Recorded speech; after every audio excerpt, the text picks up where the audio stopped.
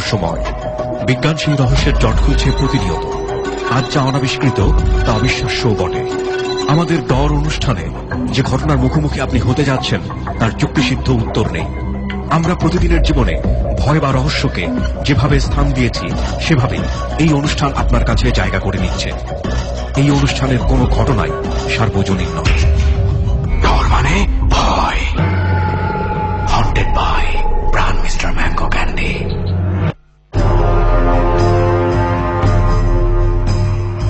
প্রিয় শ্রোতা, আপনাদের সবাইকে আমন্ত্রণ জানাচ্ছি ডরের 59তম পর্বে, হন্টেড বাই প্রাণ মিস্টার ম্যাঙ্গো ক্যান্ডি। এই পর্বে আমাদের সঙ্গে গেস্ট হিসেবে রয়েছে বিপ্লব, সানি, বেলায়েত এবং চন্দন। এবারে ডর ধারণ করা হয়েছে সাভারের একটি বাড়িতে। আরজি কিবরিয়া এই মুহূর্তে আপনার সঙ্গে আরো একবার তার টিমকে নিয়ে অন দ্য স্পট থেকে আরজে রেহান এবং সুমন, এবং সাউন্ডে রয়েছে লোবান। ডর মানে ভয়, যে ঘটনাগুলো আমাদের সামনে একটি অযৌক্তিক ফ্রেমওয়ার্ক দাঁড় করায় এবং যে ঘটনাগুলো এমন ভাবে আমাদের জীবনে ঘটে যায় যার কোনো সদুত্তর আমাদের জীবনে নেই। এই অলৌকিক বিষয়গুলো নিয়েই আমাদের ডর। ডরে যাবার আগে হন্টেড প্লেসটিতে যাওয়ার যে সাউন্ড বাইটগুলো সেগুলো আমাদেরকে শোনাবে সুমন ও রেহান, এবং তারপর আমরা ডরের মূল গল্পে প্রবেশ করব।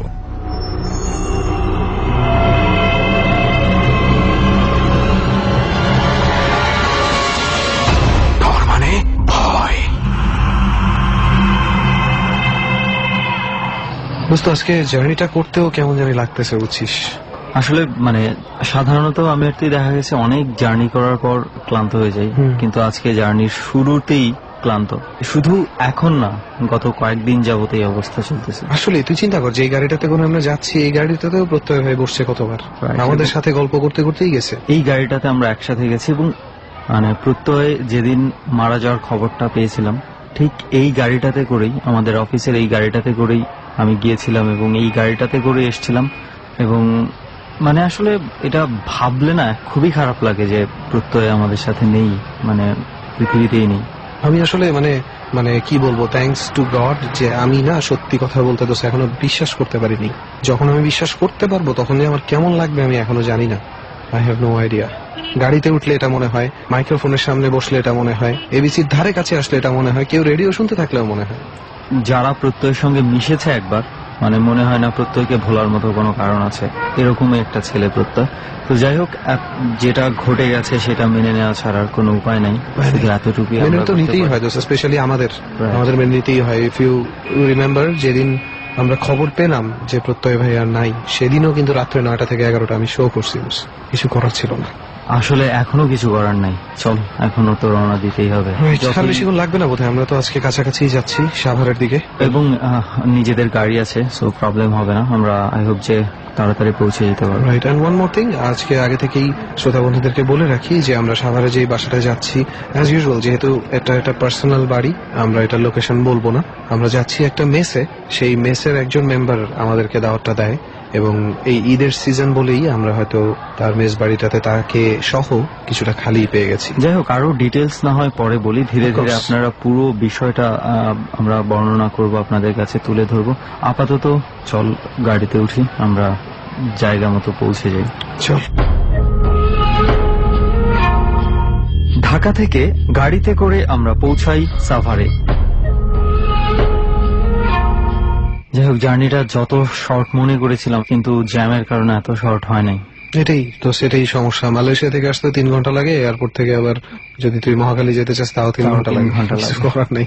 যাই হোক, বহু কষ্টে অবশেষে আমরা পৌঁছে গেছি।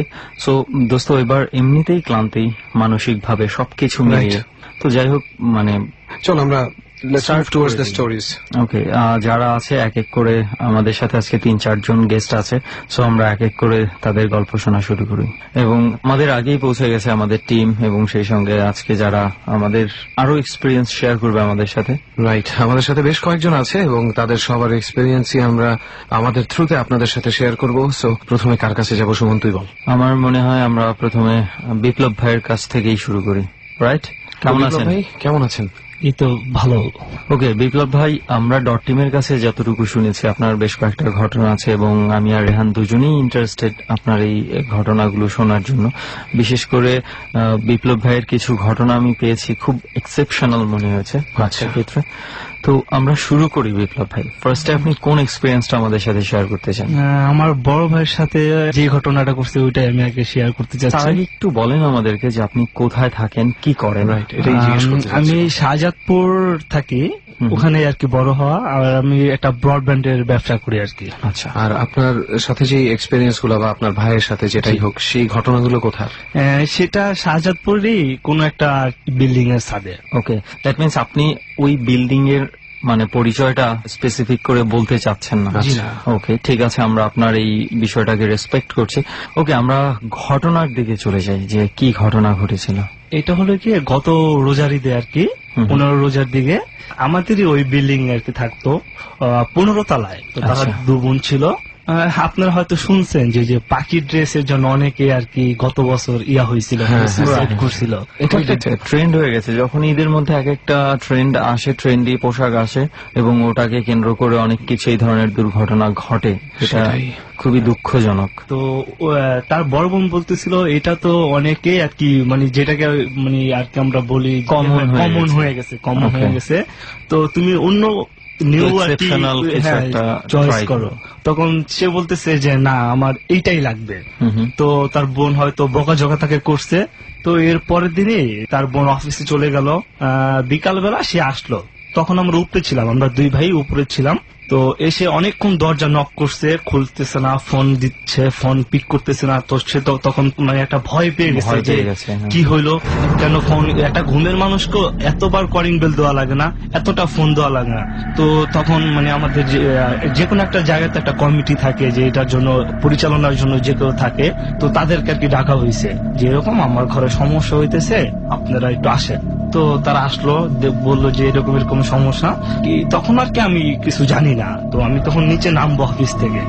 তখন তারা কমিটির আইসা দরজা পুলিশকে নক করলো, পুলিশ আসলো, দরজা ভাঙা। তো দেখতেছে যে তার বোনটা কি গলায় ফাঁসি দেওয়া, জিবা টিবা বের হয়ে রয়েছে। হ্যাঁ, জিবা টিবা বের হয়ে রয়েছে। আমি তখন নিচে নামতেছি, আমার ভাইয়া তখন উপরে।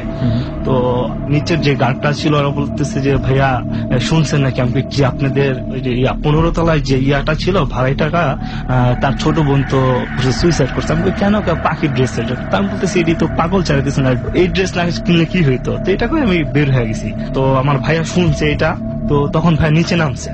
নাইমা তখন আর কি পুলিশটা ইনকোয়ারি করলো, ভাইয়া যা নিজের হাত দিয়ে আর কি লাশটাকে নামাইছে।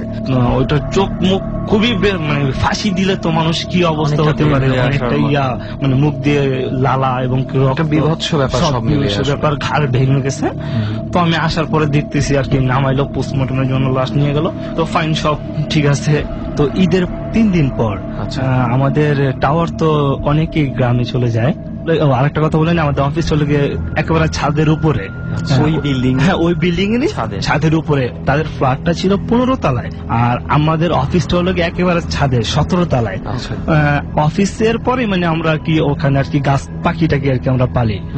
তো আমার ভাবি বেড়াতে গেছে, তো আমার ওই যে ভাইয়ের ছেলেটা আর হলো গিয়ে ভাইয়া চিন্তা করলো যে যেহেতু বাসায় নাই, একটু গরম লাগতেছে, আজকে অফিসেই থাকি, অফিসেই ঘুমাই, অফিসে আর কি ঘুমাইছিল। ইভেন ওই দিনটা মানে রাতটা প্রায় 2টার দিকে ভাইয়ের ঘুম ভেঙে যায়। হঠাৎ করে সে আর কি মানে চোখ গেল বাইরে, যে দেখতেছে যে যেখান থেকে আর কি হাঁটা ইম্পসিবল, মানুষের পক্ষে একটা হাঁটা ইম্পসিবল। আর ওখানে তো কেউ মানে নিচের দিক এমনিতেই তাকাইলে ডর লাগে, যে 17 তলার থেকে নিচের দিকে তাকাইলে মানুষের মানে মাথাটা এমনিতেই ঘুরে। তো তখন দেখতেছে আর কি যে একটা মেয়ে ওই সাইড দিয়ে হাঁটতেছিল। তখন আর কি ভাইয়া ফার্স্টে খেয়াল করে নাই যে আর কি কে, তখন সে শুধু দেখতেছিল যে একটা মেয়ে ওইখান থেকে হাঁটতেছিল। তার চুলগুলো ছাড়া ছিল এবং সে একটা সাদা টি শার্ট আর একটা জিন্স প্যান্ট পরা ছিল। তো ভাইয়া তো ধরে গেছে, এত রাত্রে মেয়েটা কোন থেকে আসলো। তো ভাইয়া মানে আমাদের অফিসটা থেকে একটু ছাদের মধ্যে গেল আর কি, দেখতেছে যে মেয়েটা চুলটা শুধু লড়াইতেছে, আর চুলটা লড়াতে লড়াতে এসে একটা জায়গায় বসলো।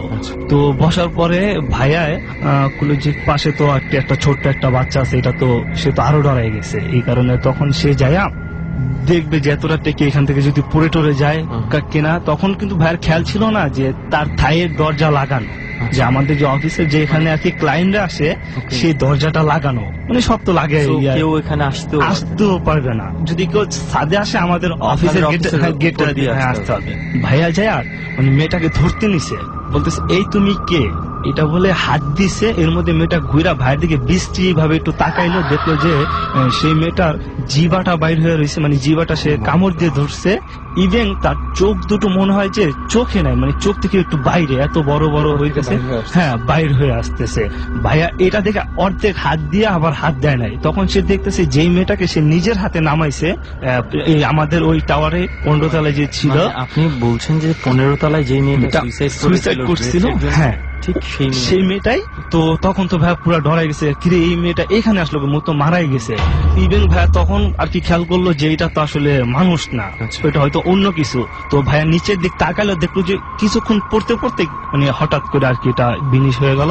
তখন ভাইয়া আর কি অনেক ডরাইছে, ঘামায় গেছে গা। পরে তার বোন যখন গ্রামের বাড়ি থেকে আসলো, তখন তার বোনকে বললো, পরে বললো যে আমার সাথে আর কি এরকম হয়েছিল, যার বোন হ্যাঁ তার সাথে আর কি এরকম হয়েছিল। তো সে বলছে যে আমার সাথে এরকম হয়েছে, আমি বাসাটা মিলাদ টিলাদ পরে আমি বাসাটা ছেড়ে দিচ্ছি।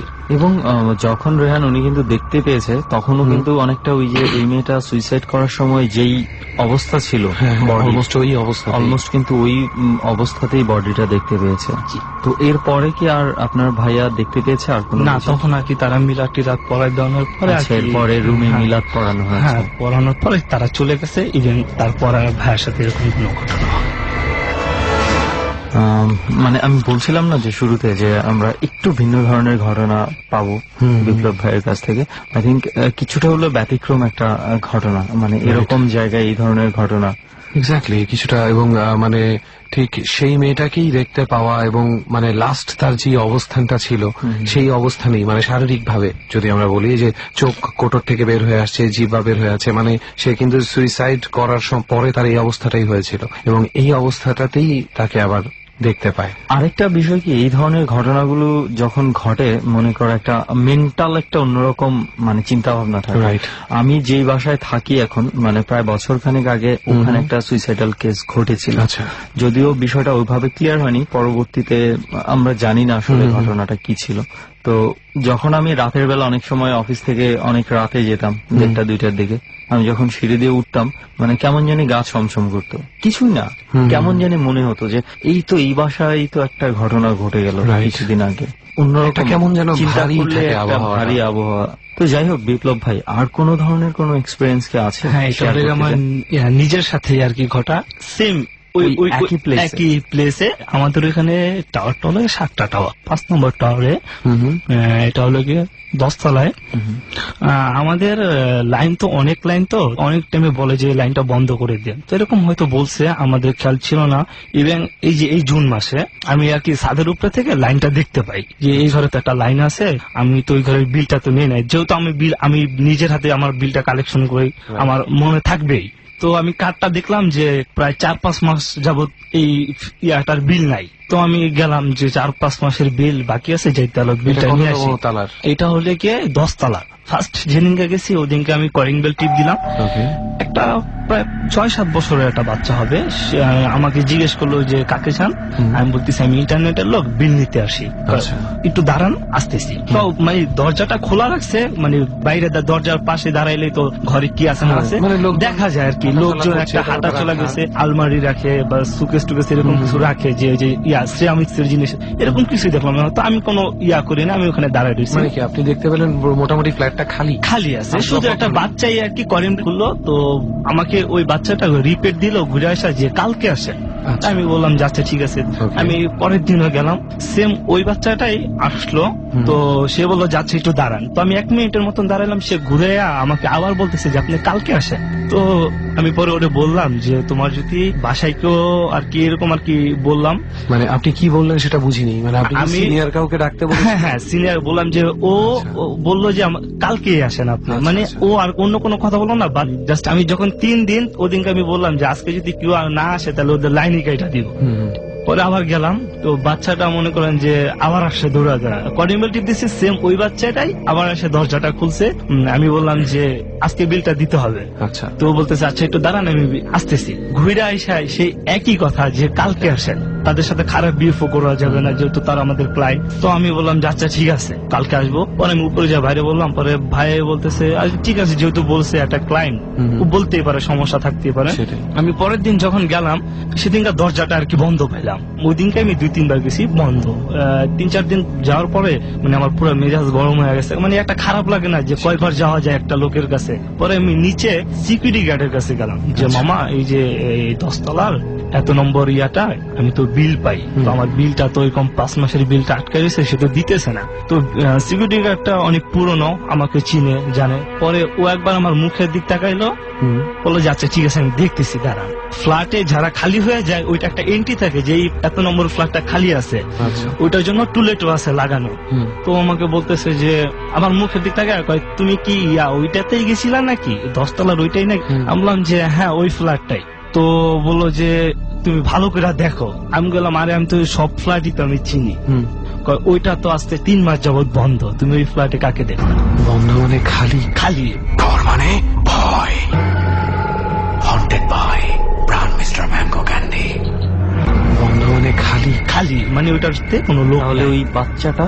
এটা তো ভাইয়া আমি বলতে পারবো না। আচ্ছা আমাকে একটু বলেন তো, যেই ঘরটা তালা দেয়া ছিল, এটা কি এই চাবিটা সোসাইটির অফিসেই ছিল? জি, সোসাইটির অফিসে ছিল। ওকে। এটা হলে কি দুজনে, কোম্পানির যেটা থাকে ওটা হলে কোম্পানির চাবিটা কোম্পানির কাছে থাকে, আর যারা মানে জায়গার ল্যান্ডওনার মালিকরা তাদের চাবিটা তাদের ম্যানেজারদের কাছে আর কি থাকে। তো ওইটা হলে গিয়ে কোম্পানির ফ্ল্যাট ছিল, চাবিটা ওদের কাছেই ছিল। এবং সো কেউ যদি যে খুলতো তাহলে ওরা ইনফর্ম থাকতো, যেহেতু ওরাও ইনফর্ম না, বিষয়টা তো অন্যরকম। যে পরে ভাই আমি মানে একটা জিনিস পরে লক্ষ্য করলাম যে ওই ছেলেটা আর কি মানে আমি 3 দিনই যেই ড্রেসটাই ও পরে আসছিল ওই ড্রেসটা আর কি পরে আসছে। আচ্ছা, পরবর্তীতে দারোয়ান আপনাকে কিছু বলেনি ওই ফ্ল্যাটে আসলে কারা থাকতো আগে? হ্যাঁ ওইটা তো বললো যে তারা তো 4 মাস আগেই তারা চলে গেছে। সেই 4 মাস যারা চলে গেছে সেই ফ্যামিলিতে কি কোনো বাচ্চা ছিল? তাদের এইটা আমি আর কি যে আমি এমনিতেই ডরে গেছি। ওটা জানেন না মানে আগের ফ্যামিলিটা বাচ্চা ছিল কিনা? না ওটা আমি আর কি শিওর জানি না। Actually I was hoping for মানে হিস্ট্রি, একটা ফ্ল্যাটের যদি কোনো হিস্ট্রি থাকে সেই ক্ষেত্রে এমন একটা যেটা উনি দেখেছেন সেটা এখন আসলে কি আমরা বুঝতে পারছি না, কিন্তু কেন? আরেকটা ঘটনা হচ্ছে যে আপনি যখন এটা জানি হলো যে আপনি এরকম একটা কিছু দেখেছেন, এরপরে কি আর ফ্ল্যাটটাতে যে খুলে দেখা হয়েছিল যে আসলে কেউ কি আছে কিনা ভেতরে? যখন আমি আমার ভাইয়াকে বলি, ভাইয়া জানতো আসলে আমাদের ওই জায়গাটা এমনিতেই আর কি একটু ছিল, তো ভাইয়া বুঝছে যে হ্যাঁ তুই যেটা দেখছিস ওইটা আসলেই হয়েছে হয়তো তোর সাথে, বাদ ওই ফ্ল্যাটটা আসলে খালি ছিল। কিছুদিন আগে এই ফ্ল্যাটে আর কি লোক উঠছে, এটা আমি নিজের হাত দিয়ে আমি 1 তারিখে যে আমি লাইনটা দিয়ে আসছি, তাদের নতুন একটা লাইন, আমার যে লোক আছে ওকে নিয়ে আমি লাইনটা যাই দিয়ে আসছি। ওরা কি এখন মানে ভালোভাবেই আছে? হ্যাঁ ওরা কি আছে, ওরা কি ভালোই আছে। ওদের সাথে কখনো শেয়ার করেছিলেন? না ওদের সাথে যেহেতু এটা শেয়ার করি না, শেয়ার না করাই বেটার। আচ্ছা বিপ্লব ভাই, আপনার টাইমিংটা কি ছিল? আপনি যে 3 দিন আপনি বাচ্চাটাকে দেখেছেন একই টাইমে কি গিয়েছিলেন নাকি দিনের বিভিন্ন সময়? না আমি রাত্রে যে যখনই বিল আনতে যাই, যেহেতু সবাই আর কি বাইরে চাকরি করে, এশারের পরে আর কি 8টার পরে আর কি যাই, সবসময় আমি 8টার পর থেকে আর কি বিলটা কালেক্ট করি। ওকে, আমরা এক এক করে তো 2টো ঘটনাই শুনে ফেললাম, তাও আবার একই বিল্ডিং এ। তো বিপ্লব ভাই, আমরা ডর টিমের কাছে যেরকম শুনেছি আপনার আরো একটা ঘটনা আছে, তো সেই ঘটনাটা এখন শুনতে চাচ্ছিলাম। ঘটনাটা হলো গিয়ে প্রায় আর কি 90 হ্যাঁ এরকম আর কি। তো এটা হলো আমার নানির মুখ থেকে শোনা। ঘটনাটা কোথায় ঘটে? এটা হলে গিয়ে পটুয়াখালী বাউফল থানায় ওই জায়গাটা আর কি ঘটনাটা ঘটে, সাবুপুরা ইউনিয়ন। আচ্ছা, মানে আগে তো গ্রাম অঞ্চলে তো মানে এত লোক ছিল না, দেখা যেত যে একটা ঘর অনেক বড় কিন্তু লোক আছে মাত্র 2 জন। তো ওই এলাকাটার মধ্যে আর কি প্রায় 8-10টা আর কি বাড়ির মতন ছিল। একটা বাড়ি যেতে আর কি 5 থেকে 10 মিনিট লাগে এরকম আর কি পথ। তো ওইখান থেকে আর কি অন্য জায়গা থেকে একটা ফ্যামিলি আইসা মানে খালের একটা পাশ দিয়ে, মানে খাল থেকে একটু বেশি না 10-15 হাত দূরে বাড়ি করে তারা। তো তাদের ফ্যামিলি মেম্বার ছিল 4 জন, ওয়াইফ হাজব্যান্ড আর হলে গিয়ে 2টা বাচ্চা ছিল। ঠিক আছে, তো লোকটা আর কৃষির কাজ করতো আর কি, অনেকের যে যখন ধান উঠতো ধানের টিয়া কাইটা দিত এরকম আর কি ছিল। তো লোকটা এরকম কাজ করতে করতে হঠাৎ তার টিবি রোগ হয়ে যায়, টিউবারকিউলোসিস। তখন এটার চিকিৎসাও ছিল না। আচ্ছা, তো এরকম অনেকদিনই অসুস্থ হয়ে যায়, পর একদিন রাত্রে আর কি সে মারা যায়। তো মারা যায়। তো আশেপাশে অনেকে আসে, তো লোকজন এত কম কি কেউ আর বসে নাই। তো তাদের ওই যে তার ওয়াইফ আর লোকে তার দুটা বাচ্চাই ওইখানে ছিল। তখন তারা কি ভয় পাইতেছে যে এত রাত্রে আমরা মাত্র দুজন, তারপর পাশে একটা খাল। কবর দেওয়ার ব্যাপারে কোনো চিন্তা হচ্ছে না কেন? কবর দেওয়ার ওইটা মানে এখন তো রাইত হয়ে গেছে, কেউ আর কি এটা নিয়ে আর বেশি করতেছে না, যেহেতু মসজিদও আমাদের ওইখান থেকে অনেক দূরে। যে এখন ধানের সিজন আর কি, আবার যদি বাসায় চোর টোর আসে, এখন এইটার জন্য তার কেউ বসে থাকবে না। তখন তাদের ঘরের মধ্যে তারাই ছিল, এবং কি তারা অনেক গরিব ছিল, এটা তো আমি আগেই বলেছি। যে লাশটা রেখে দিয়েছেন, সকালবেলা সবাই আর কি এসে একটু দেখবে। তাদের বাড়ি থেকে আরেকটা বাড়ি যেতে কমসে কম 10 মিনিট সময় লাগবে। এত দূরত্ব খেত দিয়ে যদি হাইটা যায় তাহলে 10 মিনিট সময় লাগবে। আচ্ছা আচ্ছা। তো তখন আর কি মারা যাওয়ার পরে আর কি যাই হয়, ঢেকে রাখে। আগে যারা যেখানে আরেকটা কথা বলে নেই, আত্মীয় স্বজন আছে ওইখানে খবর পাঠাইছে, তো তারাও আস্তে আস্তে হয়তো রাত বা সকাল হয়ে যাবে, এত রাত্রে কে যাবে। ঘন্টা দুয়েক পর দেখতেছে যে তার ভাইগনা আইছে, যে মারা গেছে তার ভাইগনা আসছে, মানে ডাক দিছে যে মামি শুনলাম মামা নাকি মারা গেছে। তখন সে দেখলো যে তার ভাইগনাটা আর কি আসে, পুরো পরিবারটা একটু সাহস পেল। তখন বলতেছে যে মামি কাইন্দেন না, আমি তো চলে আসছি। তাহলে আপনারা এই যে মানে দুইটা রুম ছিল, তো বলে যে আপনারা পাশের রুমে যে বসেন, আমি মামার পাশে বসলাম। তো ভাই জানেন তো হেরিকেন আর কুফি ছাড়া আগে কিছুই ছিল না দেশে। তারা পাশের রুমে চলে গেল, সে ওইখানে 5 মিনিট ঘোরাফেরার পরে হঠাৎ করে সে কুফিটা নিভিয়ে দেয়। মানে যে ভাইগনাটা ছিল লাশের পাশে যে কুপিটা রাখা ছিল, সে সেটা নিভিয়ে দেয়। ওই ফ্যামিলির তখন তারা কেউ খেয়াল করে না যে পাশ থেকে যে কপিটা নিভে গেছে। তার ওয়াইফটা এসে দেখলো যে কপিটা নিবানো, এবং সে একটা আওয়াজও পাইতেছে, মানে কিছু একটা কাটার একটা আওয়াজ পাইতেছে, কিছু খাইলে একটা আওয়াজ থাকে না, কচর মচর একটা আওয়াজ আছে, ওই আওয়াজটা তখন আর কি বের হইতেছিল। ঘরের পর্দাটা সরিয়ে দেখলো যে তার যে ভাইগনাটা আসে সেই ভাইগনাটা নাই, রুম খালি। তার চোখটা আবার ওই চাদরে, মানে তার দিকে ন্যাচারালি যাবেই, ওইখানে গেল, যে চাদরটা দিয়ে তাকে ঢাকা আছে, সেই চাদরের নিচে কিছু একটা লড়তেছে, ওইখান থেকে আওয়াজটা আসতেছে। সে আর কি খুব ডরে গেল যে হঠাৎ করে কি হইলো। তো সে দেখতেছে আরো আওয়াজ বাড়তেছে, এবং কি পিছন সাইডটা মানে পায়ের সাইডটা আস্তে আস্তে হয়ে যাইতেছে, মানে মাটির সাথে চাদরটা লাগা যাইতেছে। একটা কিছু ঢাকলে তো ওই জিনিসটার একটা উচ্চতা আছে, তো সে দেখতেছে যে আস্তে আস্তে ঢাকা ওইটা সামনে চলে, তো সে ডরাই গেছে। সে তার বাচ্চাদেরকে নিয়ে অন্য একটা মানে সে দৌড়াতে একটা বাড়িতে গেল। তো সেখানে গিয়ে আর কি বললো যে এরকম আমাদের বাসায় এরকম একটা, আমার স্বামী তো মারা গেছে, এটা তো আপনারা জানেন, তো এরকম একটা কিছু আসে। তো তখন ওই বাড়ি থেকে রিপিট দিল, মানে যে বাড়িতে গেছে ওই বাড়ি থেকে তারা রিপিট দিল, আসলে তোমাদের বাড়িতে বোধহয় বের মধ্যে আসছে, নাকি অনেক খালের পাশে নাকি আর কি মানুষ মারা টারা গেলে এটা আঞ্চলিক ভাষায় ওখানে এই নামে ডাকা হয় আর কি। এটাকে আর কি অনেকে মানুষ ক্ষুক্ষ বলে, বা অনেকে বেরমুদৈত্য বলে। তোমাদের বাসায় বেরমুদৈত্য আসছে, তোমরা আমাদের বাসায় থাইকো না, তোমরা পাশে অন্য বাড়ি আছে ওই বাড়িতে চলে যাওয়া, এখানে আসলে আমাদেরকে হয়তো কোনো সমস্যা করতে পারে।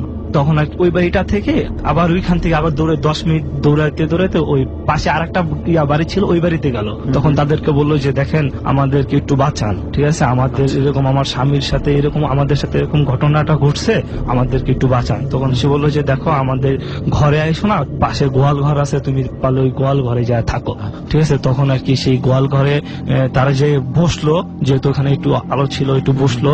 তো ওই জিনিসটাও তাদের পিছে দৌড় করে। তখন আর কি ওই গোয়ালঘরটার মধ্যে আর কি তারা ওই রাতটায় আর কি থাকে। আচ্ছা আচ্ছা। পরের দিন সকালবেলা হয়, অনেক লোকজন আসে, ইভেন ভাই আপনি ওখানে যায়, সবাই যায়, তার শুধু হাড়গোড় ছাড়া তার স্বামীর কিছুটা আর কি হাড়গোড় এবং কি ওই যে রক্ত ব্লাডের কিছু মানে থলি, মানে যেমন জমাট বেঁধে থাকে, ওটি ছাড়া আর কিচ্ছু নেই। মাই গুডনেস, আসলে মানে ইভেন তার ওই ভাইগনা যদি না আসতো তাহলে আমি ধরে নিতাম যে হয়তো পশু পাখিও এটা করতে পারে। সেটাই, এটা যদি একদম কাউকে দেখা না যেত, কারণ ভাইগনার তো আর পরবর্তীতে কোনো কিছু আমরা পেলামই না। ট্রু। আর ওই ভাইগনা কি পরবর্তীতে আবার এসেছিল নিজে থেকে? না, সে আসে নাই। আর তখন আশেপাশে ওই বাড়িটার আশেপাশে আর কোনো বাড়ি ছিল না? কোনো বাড়ি ছিল না। আমি তো বললাম যে ভাইয়া যে ওই বাড়ি থেকে 10 মিনিট, যদি আপনার গ্রামের মধ্যে 10 মিনিট দূরত্বে, মানে হচ্ছে অনেক গ্যাপ, ডিস্টেন্সটা হিউজ ডিস্টেন্স। ওকে, আসলে ভাগ্য, সবই ভাগ্য। আশেপাশে কেউ থাকার না হলে 10 মিনিট কেন, 1 মিনিটের দূরত্বে কেউ থাকলেও তাকে খুঁজে পাওয়া যায় না। এটা হচ্ছে মূল কথা। যাই হোক, থ্যাংক ইউ বিপ্লব ভাই আপনার এক্সপিরিয়েন্স গুলো আমাদের সাথে শেয়ার করার জন্য।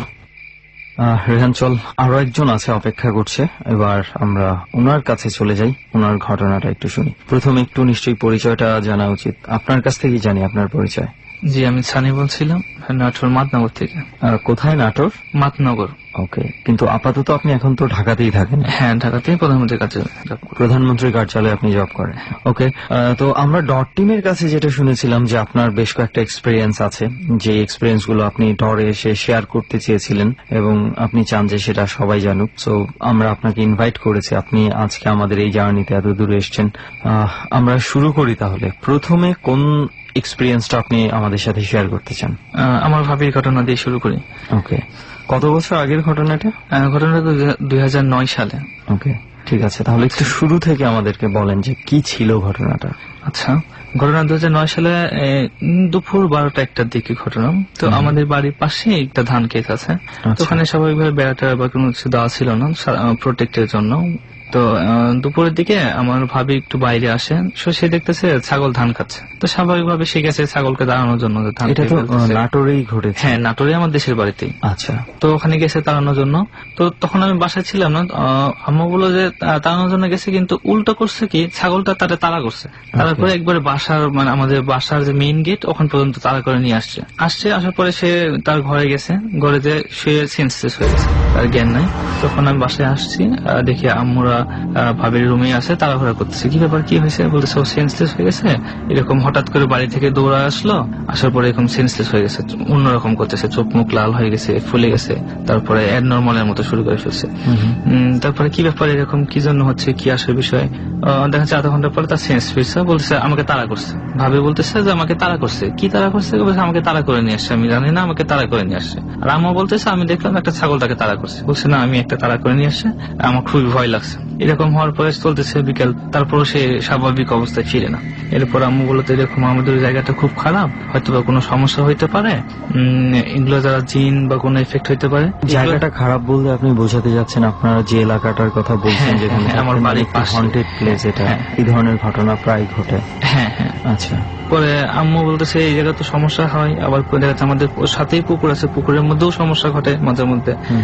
পরে আমি বিকেলে 5টার দিকে আমাদের স্কুলে যে নাইট গার্ড ছিল, ওনার নাম হচ্ছে রকিম চাচা। পরে আমি গেলাম রকিম চাচার কাছে, ওখানে যে বললাম এরকম এরকম আঙ্কেল, এরকম তো সমস্যা হচ্ছে দুপুর থেকে, আমাদের ওই জায়গাটা একটু খুব একটা সুবিধা না, মনে হয় কিছু একটা হয়েছে, আপনি একটু আসেন বাসাতে। পরে উনি সন্ধ্যার সময় আসলো। আপনারা এই সময় ডাক্তারের সাথে যোগাযোগ করার চেষ্টা করেননি? না, তার এগুলো মানে ডাক্তারের মতো যোগাযোগ করার মতো কোন সিমটম গুলো দেখে আপনারা বুঝতে পারছেন যে আমি যে হ্যাঁ অন্য কিছু হবে এই ধরনের কিছু। উনি আসলো সন্ধ্যার সময় মাগরিবের নামাজের পরে, আসার পরে উনি ওনার মতো করে সবকিছু আমার ভাবিকে সামনে নিয়ে বসলো, ওনার মতো করে উনি ওনার যা কিছু বলার পরে সে ওইটাকে হাজির করছে। আমরা সাইডে বসা ছিলাম। তো বলতেছে কে তুমি, কিভাবে আসছো, কি সমস্যা? তাই বলতেছে আমি ওই জায়গায় দুপুরে ধান খেতে গেছিলাম, ওই মানে জিনটা বলতেছে, মানে আপনার ভাবির উপর হাজির করা হয়েছে। পরে ওর নামও জানা গেছে। তুমি কি জন্য ধরছিলে? আমি ধান কাটছিলাম, ও আমার তাড়া করে তাড়াই দিচ্ছে, আমি ক্ষুধা লাগছে ধান কাটছিলাম, তাড়াই দিচ্ছে, ওই জন্য আমি তাড়া করছি। ঠিক আছে, তাড়া করছে তো স্বাভাবিক অবস্থা, ও ধান খেলে তাড়াবেই, তো তুমি এরকম করার কারণ কি, সমস্যা করার কারণ কি? বলতেছে আমি পছন্দ করছি, নিয়ে যাবো মানে ওর তো বিয়ে হয়েছে, এখন বাচ্চা কাচ্চা সংসার আছে, তুমি ওই নিয়ে যাবে কিভাবে, এটা সম্ভব? তুমি চলে যাও। না আমি যাবো না, এরকম সমস্যা হ্যান ত্যান নাসর বান্দার মতো চলতেছে। পরে সে কিছু পানি পড়া এবং ওরা নাকি একটু আগুনে সুতলির মতো আগুন ধরে শাক টাক দেওয়ার পরে সে চলে যায়। বলতেছে আপাতত চলে গেছে, দেখেন কি হয়। তো ওই দিন রাতে এরকম চলে গেল, কিছু পানি পরে টানি পরে দিয়ে ওই দিন রাতে সমস্যা হয়নি। ঠিক পরের দিন দুপুর বেলা আবার একই সিমটম শুরু হয়ে গেছে, দৌড় মারতেছে। এটা কি ওই দুপুর বেলা? হ্যাঁ, দুপুর বেলা যে সময়টাতে ধরেছিল। হ্যাঁ, পরের দিনও ওই টাইম। পরে আবার সেই দুপুর বেলা তখন আমি বাসাতেই ছিলাম, যেরকম সমস্যা, আমি, আমার এক কাজিন সুমন আর আমার বড় ভাই, 3জন ছিলাম রুমের মধ্যে। তো 3জন মানুষ ওরে আটকানো যাচ্ছে না। একটা মহিলা মানুষ ভাবি মানে এত গায়ে শক্তি হয়ে গেছে যে 3জনেরও ওভারটেক করে সে চলে যাচ্ছে, হয়ে যাচ্ছে আমি কাছে যাবো। আচ্ছা, পরে আমরা না পারে অনেক কষ্ট করে মানে আটকাইছি, আটকানোর পরেও ছিটকে চলে যাচ্ছে, ঘরের মধ্যে নিয়ে আসছে, এরপরেও দরজা করে চলে যাচ্ছে। পরে না পরে আমার বড় ভাই যে খাটের যে স্ট্যান্ড ছিল ওরে মারধর করে, মারধর করার পরে সেন্সলেস হয়ে যায়। দেখা যাচ্ছে তখন ওই রকম চাচার কাছে যায়, তো বলতেছে এখন তো বাবা দুপুরে হবে না, আমি সন্ধ্যার পরে আসবো, সন্ধ্যার পরে এসে দেখবো কি হবে, আপাতত দেখো তোমরা কি হয়। তো যখন মারধর করা হয় 1 ঘন্টা পরে দেখা যাচ্ছে সে সেন্স ফিরে পায়, স্বাভাবিক অবস্থা, মানে যাকে মারছে সে ব্যথা পাইছে, হাঁটতেও পারতেছে না, এরকম একটা অবস্থা। এরকম চলতেছে। সন্ধ্যার সময় আবার রবীন্দ্র থেকে ডাকে আনলো। তো উনি বললো, দেখো এরকম আমি তো অনেক এরকম এক্সপিরিয়েন্স আছে, তো এরা সাধারণত বিভিন্ন রকম খাইতে চাই বা বিভিন্ন আসার বিষয় হয়, তোমরা এক কাজ করো, 2-3 আইটেমের মিষ্টি আনো আর কলা নিয়ে আসো। কলা নিয়ে আসলাম আমি, দেশি কলা আর মিষ্টি 2-3 আইটেম আনার পরে ওনারা আবার এরকম হাজির করা হলো। কি ব্যাপার, তুমি আবার কি জন্য আসছো? কালকে না তুমি না করলে কিংবা কানে হাত দিলে নাকে বি করলে যে আমি আর আসবো না, ধরবো না, সমস্যা। তো বলছে না, আমি ওরা নিয়ে যাওয়া লাগবে, ও একটা সমস্যা আছে, নিয়ে যাওয়া লাগবে। ডর মানে ভয়। হন্টেড বাই প্রাণ মিস্টার ম্যাঙ্গো ক্যান্ডি।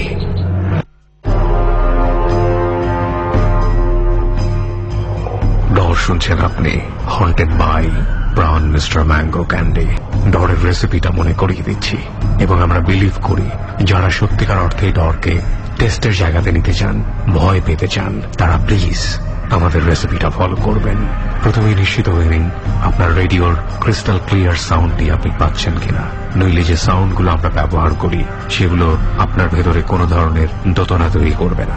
সুতরাং রেডিওর ক্রিস্টাল ক্লিয়ার সাউন্ড, রেডিওর পরিষ্কার সাউন্ড নিশ্চিত করুন, এবং আপনি যেভাবে ডর শুনছেন সেটা খুবই গুরুত্বপূর্ণ। যেখানে শুনবেন সেই জায়গাটি নির্জন এবং ঘরের বাতি নেভানো হতে হবে। আপনি যদি বাইরে শোনেন তাহলে নির্জন জায়গা বেছে নিন। আমি আরজে কিবরিয়া রয়েছে আপনার সঙ্গে, এবং সাউন্ডে রয়েছে লোবান। অন দ্য স্পট থেকে আমার টিম মেম্বার সুমন ও রেহান। এই পর্বে আমাদের সঙ্গে গেস্ট হিসেবে রয়েছে বিপ্লব, সানি, বেলায়েত এবং চন্দন। প্রিয় শ্রোতা, যেখানটাতে বিরতি নিয়েছিলাম ঠিক সেখানে আবারও ফিরছি। আশা করছি শেষ পর্যন্ত আমাদের সাথেই থাকবেন। ডর। কানে হাত দিলে নাকে বি করলে যে আমি আর আসবো না, ধরবো না, সমস্যা। তো বলছে না, আমি ওরা নিয়ে যাওয়া লাগবে, ও একটা সমস্যা আছে, নিয়ে যাওয়া লাগবে। কি সমস্যা? তখন বিশাল লং হিস্টোরি, আমি হিস্টোরিটা লং বলবো না, শর্টেই বলি। সেটা হচ্ছে যে ওই আমার ভাবি যখন জন্মগ্রহণ করে, তো ওই যে জিনটা ধরছিল, ওর নাম ছিল মুসলিম, পরে নামও বলছে, আর ওর একটা ছেলে বাচ্চা আর আমার ভাবি যদি জন্মগ্রহণ করে পাশাপাশি আর কি, একই দিনে একই সময় হয়েছে। তো তখন থেকে নাকি ওদের একটা প্ল্যানিং বা ওই বাচ্চারা ওই বাচ্চার সঙ্গে খেলা করতো, জানতাম না আমরা কিছুই। ওই জিনটাই বলতেছে সবকিছু, যে এরকম অনেকদিন তার সাথে ছিলাম, কিন্তু তোমার ওই এই মেয়ের নানি কিছু কিছু তাবিজ দিয়ে আমাদেরকে দূরে সরাই রাখছে, এই জন্য আমরা আসতে পারিনি। ওরা অনেক খোঁজাখুঁজি করছে কিন্তু পাইনি, কিন্তু অনেকদিন পরে এরা খুঁজতে খুঁজতে এলাকার আশপাশে খুঁজতে খুঁজতে এখানে এসে পাইছি, এরা নিয়ে যাবো, এরা আমার ছেলের সঙ্গে বিয়ে দেবো, ও নিয়ে যেতে বলছে আমার ছেলে। আমি খুঁজতেছি অনেকদিন ধরে, কি ব্যাপারে, তো বিয়ে হয়েছে, কিভাবে নিয়ে যাবে, হ্যান ত্যান বিভিন্ন আশায় বিষয় পরে আবার সে অন্যরকম বিভিন্ন রকম ভয় দেখায়, এরকম যে তোমার এই বোতলে করে রাখবো কিংবা আটকায় ফেলবো, তুমি আর যাইতে পারবো না, ছেড়ে দাও, বিভিন্ন রকম। তো বলছে তুমি আর যা খাওয়া লাগে খাও, কিন্তু ছেড়ে দাও। বলছে ঠিক আছে খাও। তখন মিষ্টি ছিল প্রায় 1 থেকে 1.5 কেজির মতো, 2-3 আইটেম মিলে সে মিষ্টি সবগুলো খাই ফেলছে। তারপরে কলা ছিল 1 ছড়ি, তাও টোটাল 12 থেকে 14টা কলা ছিল, বড় বড় সাগর কলা। তো একের পর এক সে কলা খাইতেছে। আমরা দেখো বাকি একটা মেয়ে মানুষ এতগুলো মিষ্টি খাই ফেললো, আবার কলাও খাইতেছে, মানে প্রথম এক্সপিরিয়েন্স, কেউ বোঝেনি। পরে উল্টো দিক থেকে ভাবি শুয়ে থেকে এগুলো কলাগুলো খাচ্ছে, দেখে বলছে কি ব্যাপার, এগুলা খাচ্ছে, ওই হয়তো বা ফাইজলামি করছে বা খাওয়ার জন্য এগুলো অভিনয় করতেছে। সে উল্টো দিক থেকে বলছে কি হাত থেকে একটা কলা নিয়ে ফিকে মারছে। কেউ না দেখে একটা ফিকে মারলে পজিশনে নাও লাগতে পারে, কিন্তু দেখা যাচ্ছে আমার ওই একবারে মুখে যা লাগছে। বলছে তুই বন্ধ কর, তুই আমার চিনিস, তো আমি দেখে নেব। গেল। এরপরে তো চাষা ওই জায়গায় উপস্থিত আছে, তো বলতেছে ওরে ছেড়ে দাও, যা হবার হয়েছে। ঠিক আছে আমি আর আসবো না, ওরে ছেড়ে দিই। এই হয়ে তখন নাকে মাটি পড়ে তারপরে সে চলে যায়। চলে যাওয়ার পরে আরেকটা কথা আমি সরি ভুলে গেছি, যে যখন ও ভাবিকে আগের দিন মারছিলাম আমরা, তো হাঁটতে পারতেছিল না সে স্বাভাবিক অবস্থায়। তো যখন হাজির হয়েছে একটু সে ছিলেন, মানে বুঝিনি, মানে ওই যে মানে যখন আমরা 3জন আটকে রাখার সময় যখন আটকে না রাখতে পারে বাধ্য হয়ে মারছিলাম, তখন সে হাঁটতে পারতেছিলাম, পায়ে এসে জোরে ব্যথা পাইছিল। পরে একটা জিনিস আমরা অবাক হয়ে গেলাম, যে সে লোকটা হাঁটতে পারতেছিল না, আমরা তাকে ঘরের মধ্যে থেকে ধরে নিয়ে এসে বাইরে বারান্দায় বসালাম। সে একটা অবাক ঘটনা, এগুলো খাওয়ার পরে আমাদের ওই কবিরা যে রকিম চাষা ওনারা বলতেছে তোর সাথে আমার একটু কথা আছে, তুই একটু সাইডে। তখন সে স্বাভাবিক অবস্থায় উঠে দাঁড়ায়, জোরে মানে খুবই স্পিডলি সে সাইডে রুমে নিয়ে যায়। তার সঙ্গে কি কথা বললো আমরা জানি না, তার সঙ্গেই কথা হয়েছে। আবার সে শুয়ে পড়লো, তারপরে কিছু পানি পড়া বা চাষা জাগলা ওনার যে থাকে মেনটেন করে সে চলে গেল। তবে এতটুকু বললো তো আমার সমস্যা হতে পারে, তোমরা কেউ আমার একটু আগায় রেখে স্কুল পর্যন্ত রাতের বেলা, একা আমি রাস্তা বের হবো না, আমার সাথে সমস্যা হতে পারে। আমরা রেখে আসলাম। ওই দিন রাতে আর সমস্যা হয়নি। ঠিক পরের দিন আবার চলতেছে, এটা দ্বিতীয় দিন চলতেছে। তৃতীয় দিনে আমাদের বাড়িতে তখন ওই দিন চৈত্র মাস ছিল, ধানের সময় গ্রাম অঞ্চল টিউবওয়েলে পানি খুব কম থাকে, নতুন টিউবওয়েল বসাইছি আমরা। টিউবওয়েল বসালে নতুন বেশি বেশি আর কি ওটা ইউজ করতে হয়, না হলে বালু পানি যে নষ্ট পানি গুলো উঠতেছে। তখন আমি হঠাৎ ঘরের মধ্যে সে ভাবি একা, আমরা বাড়ি থেকে দরজা তালা দিয়ে রাখছি যে কোনো সময় বের হয়ে যেতে পারে। তখন আমি শুনতেছি ঘরের মধ্যে শব্দ হচ্ছে, এরকম বিভিন্ন রকম শব্দ, একটা মানুষ ব্যথা ফেলে বা কেউ ঠাসা ঠাসে যাতায়াতি করলে যেরকম শব্দ হয় এরকম। আমি দৌড় মানে টিউবওয়েল চাপা থেকে দৌড়ে আমাকে বললাম, আম্মু এরকম শব্দ হচ্ছে, কি হয়েছে দেখো তো। তো আমরা সবাই দরজা খুললেন, 3 জন মিলে, আমি আমার বোন আম্মু মিলে দরজা খুলে দেখি যে ওর হাত পিছনে দিয়ে পা হাত একটা গামছা দিয়ে বান্ধা, মানে ওর ওড়না ছিল ভাবির গায়ে, ওড়না দিয়ে হাত পা গুলো একসাথে বান্ধা পিছনে এভাবে, আর তার মুখেও ছোট কাপড় পেঁচায় পেঁচায় ঢুকাই দেওয়া হয়েছে, মানে মুখ দিয়ে কথা বলতে পারতেছেন এরকম একটা অবস্থা, মানে গোগনো শব্দ হচ্ছে। কি ব্যাপার, আমরা তো অবাক হয়ে গেছি, এরকম সমস্যা হলো কি জন্য। এই তো নিয়ে যেত, পরে সাথে সাথে আবার ওরকম চাচাকে কল করা হলো, সে আসলো, কি ব্যাপার কি সমস্যা হয়েছে। পরে আবার কিছুক্ষণের মধ্যে ওটাকে হাজির করছে, কি ব্যাপার তুমি এই সমস্যা, আমি আর নিয়ে যাবো। কি এটা 3য় দিনের ঘটনা। কি জন্য নিয়ে যাবো, আমি ওর সঙ্গে বিয়ে করবো রে, আমি নিয়ে যাবো। তো তুমি কে, কালকে কে ছিল, কালকে যে আসছিল ওনার নাম মুসলিম, উনি আমার বাবা, আমার নাম সুজন, যে কথা আগের দিন ওর বাবা বলছিল যে আমার ছেলের সঙ্গে বিয়ে দেবো, সে নিজেই এবার তার প্রজেক্ট করছে, আমি ওটা নিয়ে যাবো। কি জন্য নিয়ে যাবো সেই টোটাল হিস্টোরি আবার সে বললো, বলা পরে না এটা তো সম্ভব না, এর বিয়ে হয়েছে, তুমি কিভাবে নিয়ে যাবো, তোমরা এক জাতি, এরা মানব জাতি, এটা সেমন সম্ভব। অনেক ভয় টয় দেখানোর পরে বললো তোমার তো নাচর বান্ধা যাবেই না, সে ওরা নিয়ে যাবে, বিভিন্ন রকম সমস্যা, তাবিজ টাবিজ দিয়ে কাজ হচ্ছেন, বোতল নিয়ে আসে ওরকম যেটা বললো, ওরে বোতলে আটকে রেখে ভয় দেখাচ্ছে, বিভিন্ন রকম মন্ত্রতন্ত্র পড়ছে, তারপর একটা দাগ দিয়ে বসানো হয়েছে ভাবে এর মধ্যে, দাগের মধ্যে বলছে এই জায়গায় তো আটকে রাখবো, নাহলে বোতলে পড়বো। তখন তো সে বলছে না না ঠিক আছে আমি ছেড়ে চলে যাবো, আমার ছাড়ে দাও, মাফ করে দাও, আমি আর এরকম করবো না। পরে 2-3 দিনের মাথায় কিছু তাবিজ পানি পড়া দিল, সে এরকম আমাদের সামনেই নাকে খত দিল, তারপরে কানে ধরলো, বলেছে আমি আর আসবো না বলে চলে গেছে। এরপরে পরের দিন ওষুধ পানি, মানে যে ওষুধ বা পানি পড়া যে তাবিজ দিয়ে গেছিল ইউজ করতেছে, এরপর আর কোনো সমস্যা হয়নি। আচ্ছা, তো ফাইনালি সে এখন কি সুস্থ আছে? এখন সুস্থ আছে। ওকে, তো যাই হোক, তবে একটা বিষয় আমার কাছে খুবই মানে খটকা লেগেছে, এবং আমি যারা শুনছে ডর, আমি তাদের প্রত্যেককে বলবো যে আপনারা যেটা করেছেন, প্রথমবারেই ডাক্তারের কাছে না গিয়ে কবিরাজের কাছে গিয়েছেন। আই থিঙ্ক যে আপনাদের প্রথমেই ডাক্তারের কাছে যাওয়া উচিত ছিল, এবং যারা শুনছেন এই ধরনের ঘটনায় প্লিজ আমরা বলবো যে প্রথমেই ডাক্তারের কাছে যান, তারপর আপনারা যদি কোনো কিছু ভাবতে চান সেটা পরের বিষয়, প্লিজ অবশ্যই ডাক্তারের কাছে যাবেন প্রথমে। তো এরপরে আরো কোনো ঘটনা মনে হয় আপনার আছে যেটা আমরা ডট টিমের কাছে শুনেছিলাম, তো এরপরে আর কি ঘটনা এক্সপিরিয়েন্স আপনি শেয়ার করতে চান? আচ্ছা, ঘটনাটা হচ্ছে আমাদের মসজিদকে কেন্দ্র করে, তো আমাদের এই নাটোরেই, হ্যাঁ নাটোরে আমাদের গ্রামের বাড়িতে। এটা কত বছর আগের ঘটনা? এটা 2010। ওকে, তো ঘটনা হচ্ছে এরকম, তো মসজিদে তখন খুব একটা আর কি গ্রামের লোকজন নামাজ পড়তো, 5-6 জন এরকম আর কি সবসময়।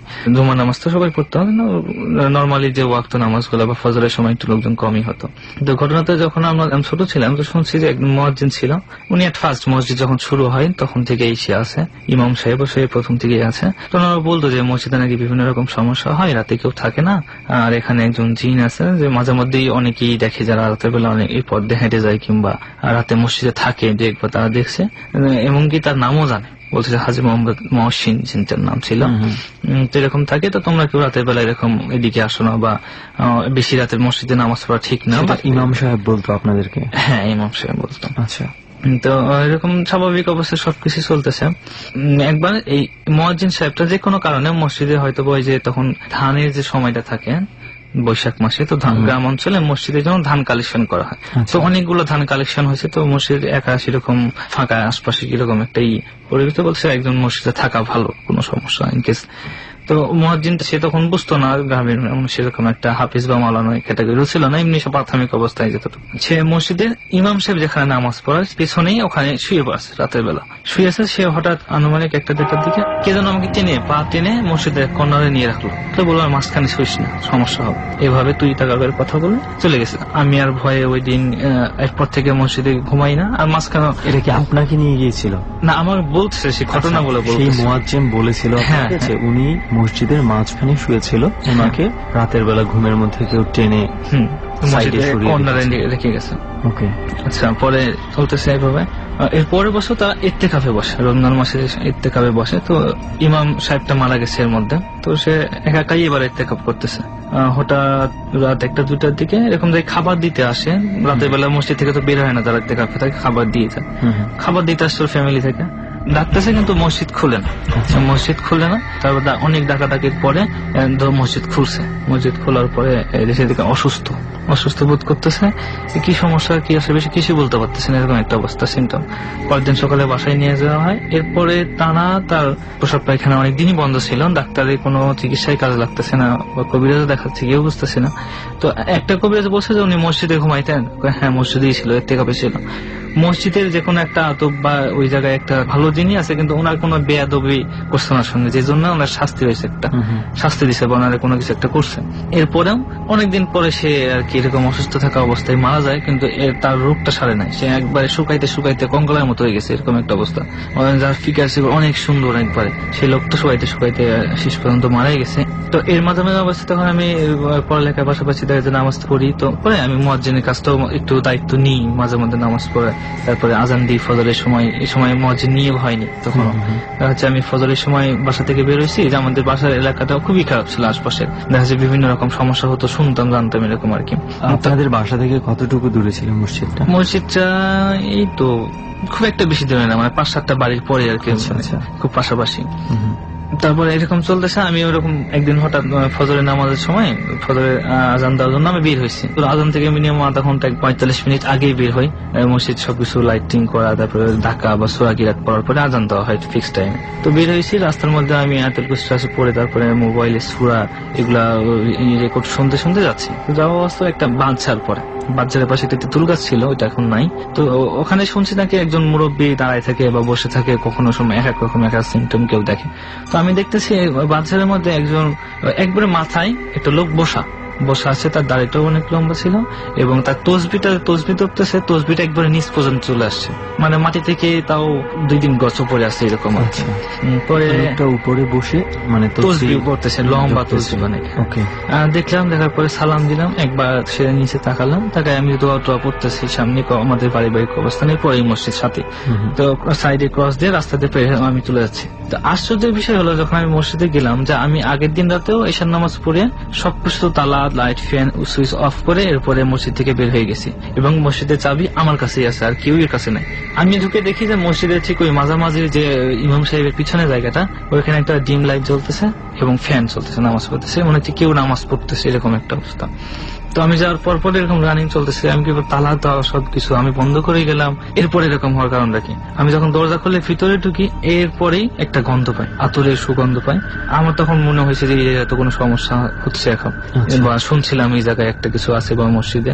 তো হয়তো মসজিদে নামাজ পড়তেছে আর আমি আজান দেওয়ার জন্য আসছি, খুব একটা আমি হয়নি। আবার দেখি শব্দ হচ্ছে, মানে পাশে যে আরেকটা, আমি এক সাইডে ঢুকছি, আরেক সাইডের দরজা দিয়ে শব্দ, মানে খট করে একটা শব্দ খুলে বের হলে কেউ এরকম মনে হচ্ছে যে বের হয়েছে বা এরকম। তো বের হয়ে চলে গেল।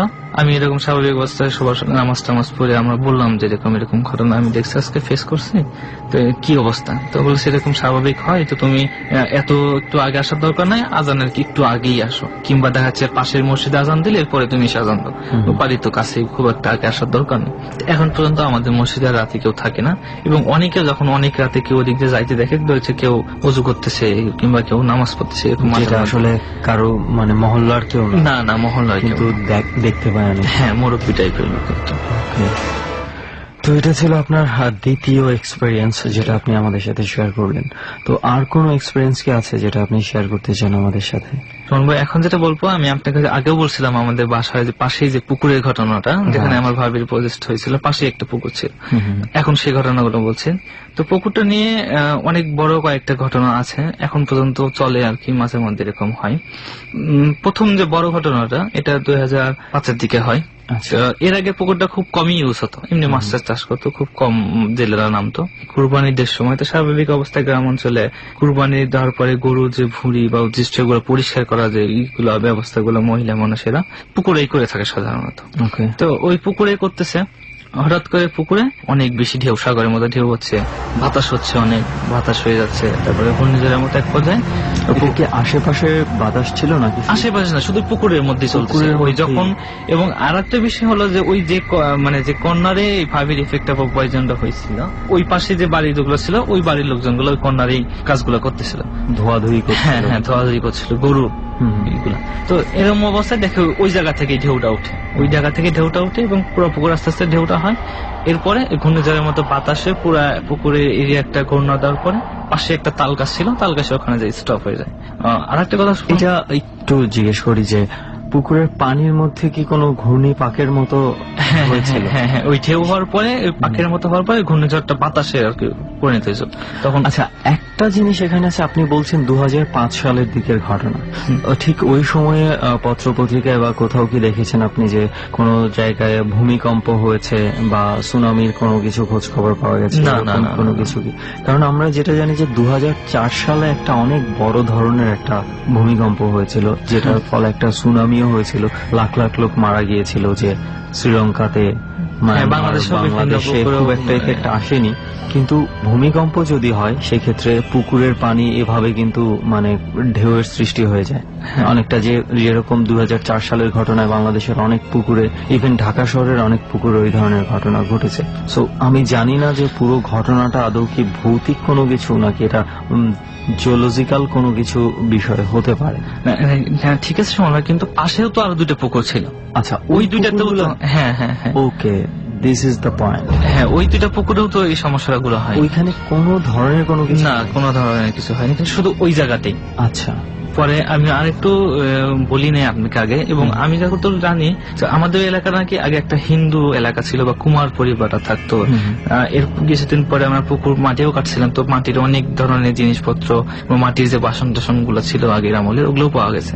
ঘটনাটা ঘটার পরে তখন যখন আইডিয়া করে নিচ্ছে হয়তো বা হিন্দু কোনো কিছু এই জায়গায় ছিল বা থাকতো, কিংবা আমাদের দাদির কাছ থেকে ফুপুর কাছ থেকে গল্প শুনছে যে এই পুকুরটাতেই নাকি আগে নৌকা উঠতো, তারপরে শিকল দেখা যেত, আচ্ছা, বিভিন্ন রকমই ছিল, মানে বিলের সঙ্গে বা নদীর সঙ্গে একটা যোগ ছিল। ব্যারিকেড দেওয়ার পর আস্তে আস্তে বাড়িঘর হয়েছে, পুকুরে পরিণত হয়েছে। তো এই জায়গায় নাকি এরকম একটা সমস্যা আগে থেকেই হতো। তো এরপরে মাঝে মাঝে অনেকদিন গ্যাপ ছিল, কিন্তু ওই পুকুরটাই কেউ ইউজ করতো, কিন্তু এগুলা কাজে ইউজ করতো না, বাসা বাড়িতেই করতো। কিন্তু হঠাৎ এরকম হওয়ার কারণে যখন এই কুরবানির সময় যে সমস্যাটা হয়, মানে গরুর যে উদ্দিষ্ট ভুড়িগুলা ধোয়া পাকলা করার জন্য, তখন এই সমস্যাটা দেখা দেয়। এই ঘটনাটা আপনি যেটা বলছেন যে গরুর ভুড়ি টুড়ি এগুলো ধোয়ার সময়, যে এটা কি আরো কয়েকবার ঘটেছে? না, ওইটাই ফার্স্ট, এবং ওই তখন থেকেই, মানে এর আগে কেউ ওই ঘাট খুব কম ইউজ করতো, এবং মানে ওই যে যেখানে এগুলো ধুইতে গেছে ওইখানে কেউ নামতো না।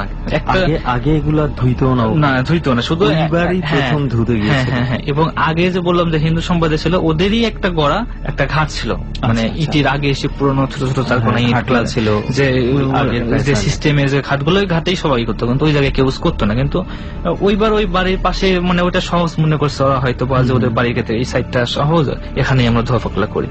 তো ওই তখন এই সমস্যাটা দেখা দেয়। ভর দুপুর বেলা কেউ পুকুরে খুবই কম নামে, এবং বিশেষ করে শনিবার আর মঙ্গলবার এই ঘটনাগুলো দেখা গেছে ঘটছে।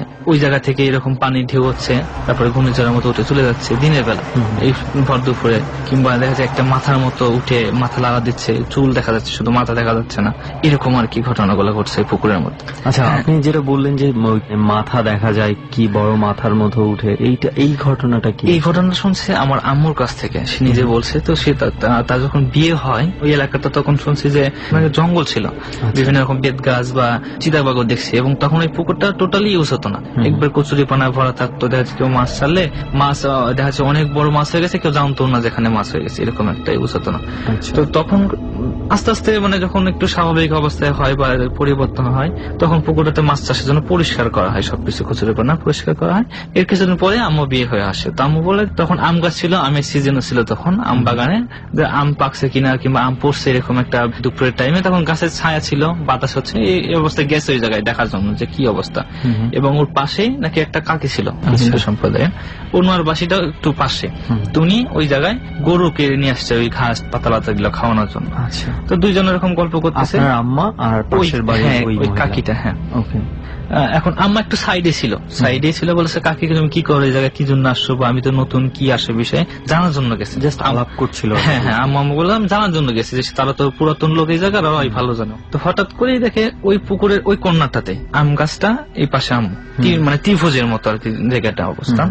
তখন ওই পুকুরের মাঝখান থেকে, মানে ত্রিভুজের এক কর্নার থেকে ওই মাথার মতো একটা কিছু উঠছে, বিশাল আকারের মাথা, চুল চুলে ঢাকা দিনের বেলাতে দিনের বেলাতে ভর দুপুরে। তখন তো যে বললাম পরিবেশটা ওইরকম ছিল, একটা অন্যরকম পরিবেশ, জংলা পরিবেশ হ্যাঁ। ছিল। আমার মা সাইড থেকে দেখতেছে, সে বুঝতেছে না যে সামনে মাথা না ফেসটা কোন দিকে বোঝা যাচ্ছে না। তো সে নাকি তাকাইছে, মাথা ছাড়ানোর পরে ওই কাকিরার দিকে তাকাইছিল, ওই মাথাটা যেটা পুকুর থেকে হ্যাঁ হ্যাঁ, শুধু মাথাটাই। এবং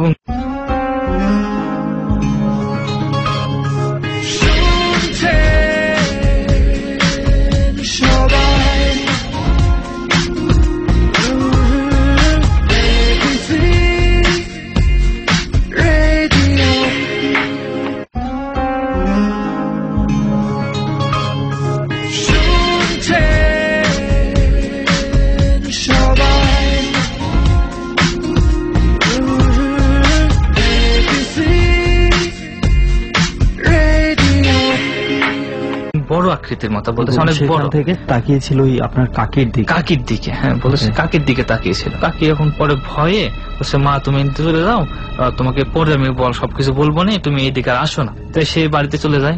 বলো যে তার ওই দিন রাত থেকে জ্বর হয়, অনেক গায়ে জ্বর হয়, 7 দিনের মাথায় সে মারাও যায়। আম্মু যে বলছিল ওই জায়গায় ছিল, আমরা দুজনেই দেখছি। তো তখন ওই জিনিসটা তার আবার উদ্ঘাটনের জন্য কি হয়েছিল বা কি স্বাভাবিক অবস্থায় নিছে, যে জ্বর তো স্বাভাবিক হইতেই পারে। গ্রামের মানুষ খুব একটা ডাক্তার দেখায়, নিম্ন নরমাল ওষুধ খাওয়াইছে। ওই দিন থেকেই উনি জ্বরে আক্রান্ত? ওই দিন থেকেই, মানে দুপুরে ঘটনা হয়েছে, রাত থেকে জ্বর হয়েছে। আচ্ছা আচ্ছা। পরে আম্মু খুলে বললো যে আমি কি জন্য জ্বর এটা তো জানেন। পরে আমরা দুজনে দেখছি, দেখে চলে গেছে, যে বলছে আমার দিক তাকাইছে, এতটুকু বলছে। এতটুকু শুনছে যে ওই জিনিসটা নাকি খারাপ একটা জিনিস ছিল, তো ওনার দিক তাকাই দেখছে এবং সেটা ভর দুপুরে ছিল। এবং ওই কবিরা যেটা বলছে যে ওই রাশিটা নাকি, রাশির একটা ব্যাপার আছে, আচ্ছা, ওটা নাকি মিলছিল, এর জন্যই তার সমস্যাটা হয়। ওকে। পুকুরটা সুমন ভাই সর্বশেষ এখন পর্যন্ত লাস্ট যে ঘটনা ঘটে, তখন বাড়িতেই ছিলাম। তো আমার এক চাচি ওরকম ওই বাড়িতে আর কি বিয়ে হয়ে নতুন আসছে। তো দিনটা ছিল আমার মনে আছে মঙ্গলবার। তো আমরা সবাই ঘটনাগুলো জানি, কিন্তু সে নতুন আসছে, তাকে ঘটনাগুলো আমরা ইচ্ছা করেই বলিনি যে কয়েকদিন চাকের পরে, কিংবা সে যদি এই ধীরে আসতে জানো ভয় পেয়ে যেতে পারে। সে হঠাৎই মানে একদিন দুদিন হতে হতে টিউবওয়েলের পানি না থাকার কারণে হোক বা যে কোনো কারণে সে ওই পুকুরে গোসল করার জন্য গেছে। তখন হালকা টিপ টিপ বৃষ্টি হচ্ছিল, আমার মনে আছে। তো আমি তখন আসছি, হঠাৎই দাদিরা ডাকতেছে, আমার আম্মুকে ডাকতেছে, যেহেতু আমার আম্মু এই সম্বন্ধে অনেক কিছুই জানে। কি হয়েছে, চাষির আম্মা গিয়ে দেখছি কিছু আঁশের মতো, তখন চুল বোনা হচ্ছে না, আঁশ গাছের শিকড় চিকন এরকম আর কি, আঁশের মতো দেখা যাচ্ছে। আবার কাপড় ছেঁড়া। পানিতে? হ্যাঁ, না তখন তো তাকে উপরে নিয়ে আসছি। তারপরে ঘটনা শুনছি।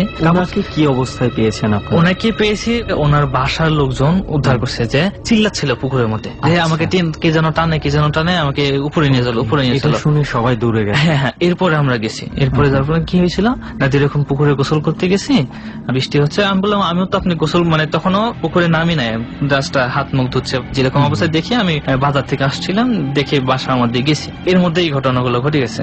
আমার বাঘটা খেয়াল আছে, মঙ্গলবার ছিল ওই দিন, টিলফি বৃষ্টি হচ্ছিল, আশপাশে এরকম নীরব। বললাম চাচি কি হয়েছিল, ঘটনাটা খুলে বলেন তো। বাস টাস পোতা থেকে হয়তো বা এটার মধ্যেও বাইতে যেতে পারে, আপনি হয়তো বা ভুলেও মনে করতে পারেন। বলতেছে না, এত নিচে তো আর কিছু নাই। স্বাভাবিক অবস্থায় আমরা যদি পুকুরে ঘাট বা কাঠের কোনো কিছু দিয়ে গোসল করার জন্য ব্যবস্থা করি, পুকুরের পানির প্রথমেই আর করা হয়, এরপরে না আমরা মাঝখানে, কিন্তু মাঝখানে ডর মানে ভয়। হন্টেড বাই প্রাণ মিস্টার ম্যাঙ্গো ক্যান্ডি। ডর। সে গোসল করতে করতে বুক পানি পর্যন্ত চলে গেছে, গোসল করে উঠে আসতেছে, এই সময় ওই জায়গা থেকে টানতেছে, ওনার কাপড় ধরে। হ্যাঁ, কাপড় ধরে টানতেছে।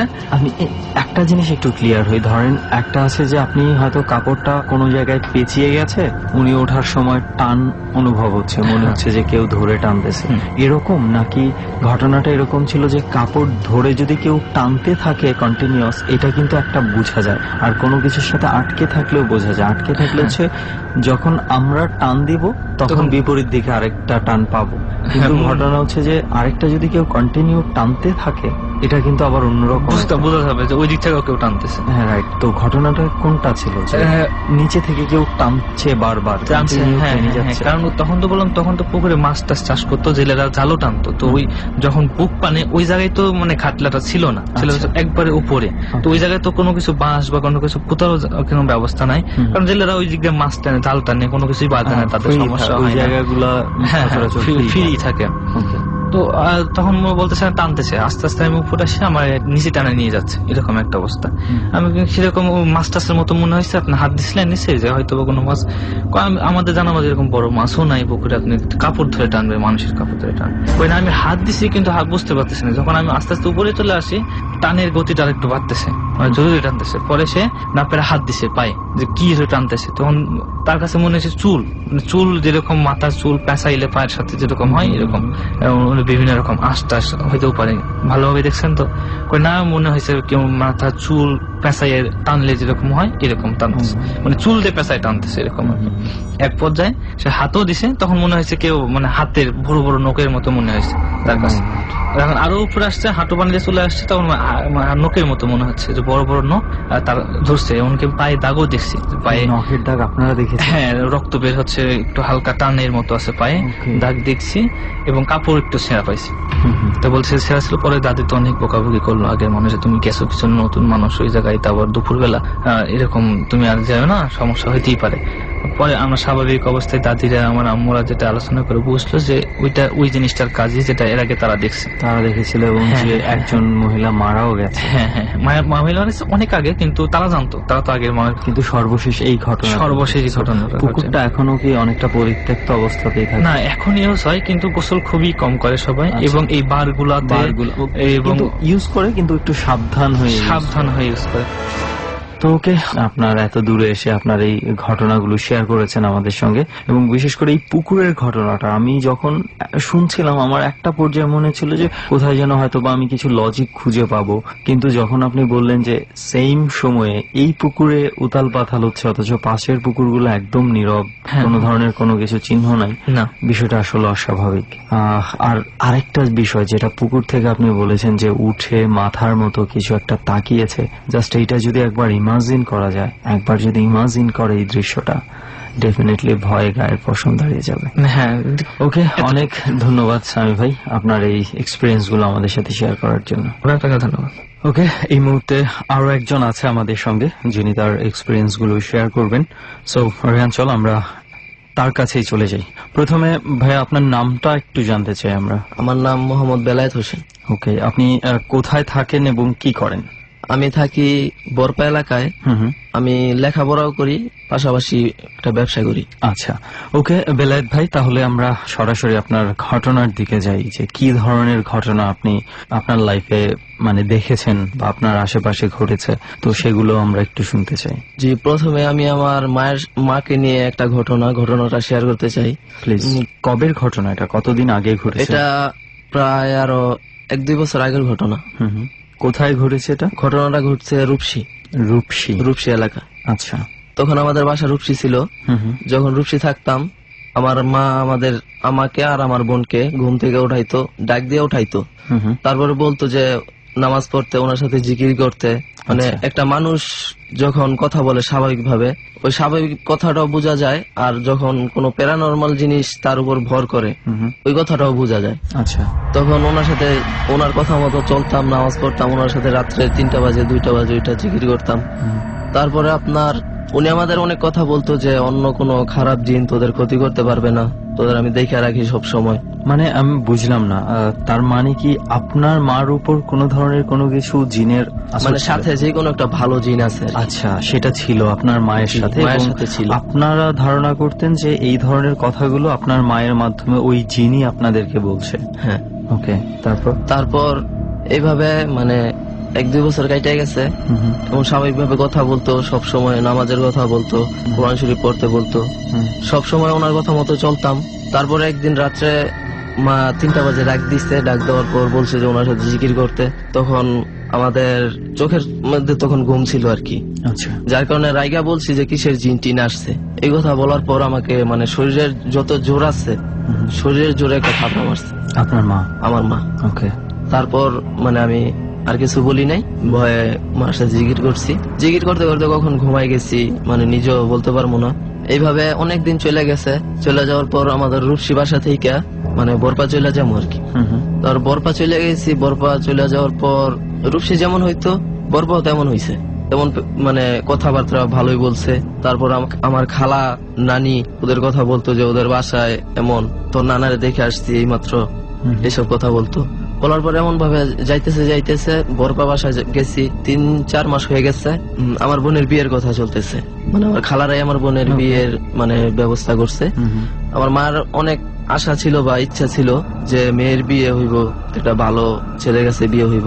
4 মাসের মাথায় আস্তে আস্তে একটা মানুষ যেভাবে কথা বলে, সবসময় কাজ করে, ওই জিনিসটা আর দেখা যাইতেছে না। সবসময় দেখি চুপচাপ বৈশা থাকে। কে আপনার মা? আমার মা। আচ্ছা। চুপচাপ বৈশা থাকে, কোনো কাজ করে না, মানে স্বর্ণের মতো পরিষ্কার করে রাখতো আমাদের ঘর আর কি আমার মা। তারপর দেখি যে কোনো কাজ করে না, চুপচাপ বৈশা থাকে। ভাবছি যে অসুস্থতার কারণে এমন হয়েছে।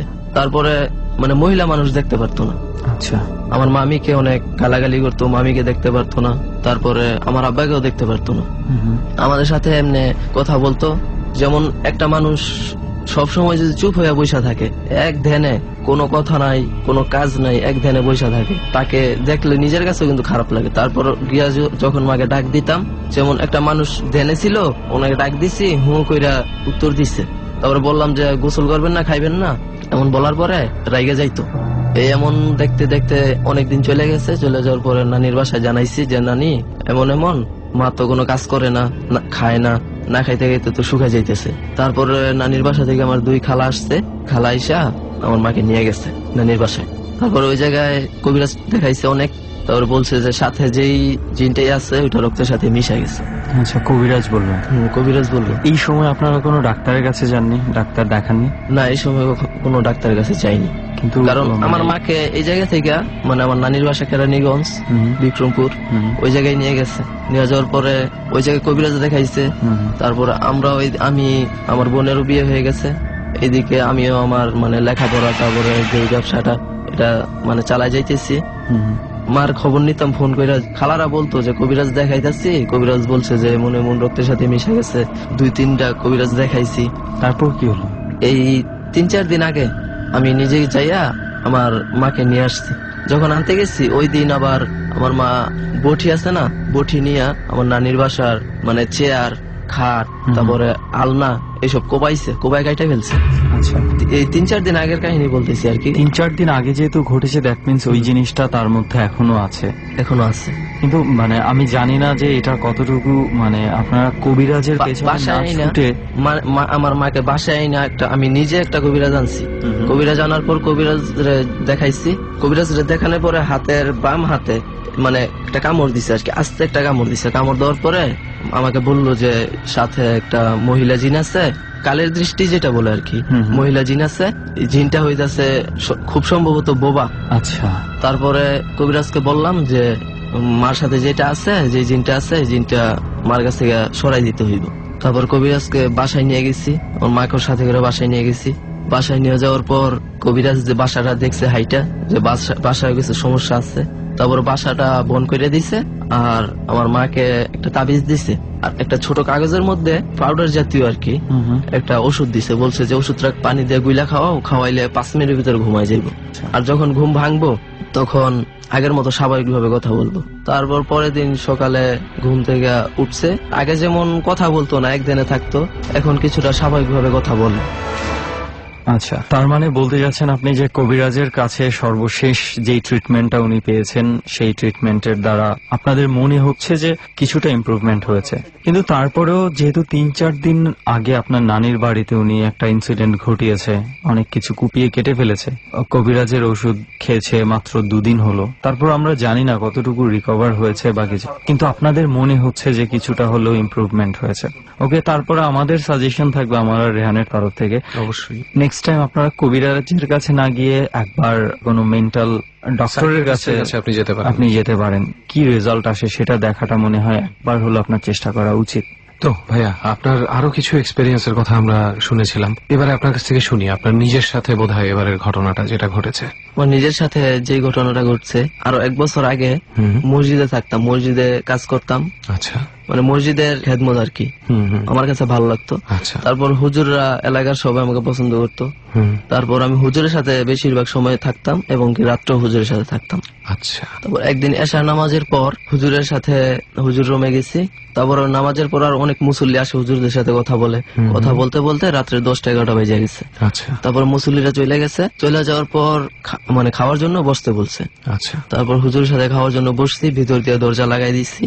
লাগাই দেওয়ার পর মসজিদের ভিতরে যে 2টা কেসি গেট আছে মসজিদে ঢোকার জন্য, দুটা কেসি গেট আমি নিজে তালা মারছি। মসজিদের ভিতরে কেউ নেই, আমি আর হুজুর ছাড়া। পুরো মসজিদে আপনি আর পুরো সেই হুজুর মসজিদে ছাড়া আমি আর কেউ নেই? হুজুর ছাড়া আর কেউ নেই। আচ্ছা। তারপরে হুজুর রুমে ঢুকছি, ঢুকে মানে খাওয়ার জন্য বসছি। বসার পর হুজুর রুমে দরজা লাগাই দিছি ভিতর দিয়ে। ওকে। হুজুর আমি খাইতেছি, যেমন 4-5 নলা খাইছি। খাওয়ার পর একটা শব্দ পাইতেছি যে দরজার মধ্যে কেউ টোকা দিতেছে। আচ্ছা। হুজুরকে জিজ্ঞেস করলাম যে হুজুর দরজার মধ্যে ঢুকে যেন টোকা দিতেছে। হুজুর বললো যে এটা কিছু না, এটা আপনি তো গেটও আটকে দিয়ে এসেছেন। আমি বাইরে কেউ তো গেট ঢুকতে আটকে পারার দিছি, কথা না। কেউ ঢুকার মতো মানে ক্যাপাসিটি নেই। আচ্ছা। তারপর হুজুর বলছে যে এটা কিছু না। তারপর খাইতেছি, এক পর্যায়ে দেখা যাইতেছে আওয়াজটা অনেক বাইরে গেছে। আচ্ছা। তারপর আমি ভয় পেয়ে গেছি, হুজুরে বলছি যে হুজুর আওয়াজ তো অনেক বেশি হইতেছে। হুজুর বলছে দরজা খুলে দেখ। আমি বলছি না, আমার ভয় করতেছে, আমি খুলতে পারবো না, আপনি দেখেন। হুজুর মানুষ, আমি হুজুরকে কিভাবে বলি যে আপনি খুলে দেখেন। তারপরে ভয়ের কবলে পইরা আমি হুজুরকে বলছি যে আপনি খুলে দেখেন, আমি পারবো না, আমার ভয় করে। আচ্ছা। এই কথা বইলা আমি খাওয়া থেকে ওইটা খাটে বসে পড়ছি।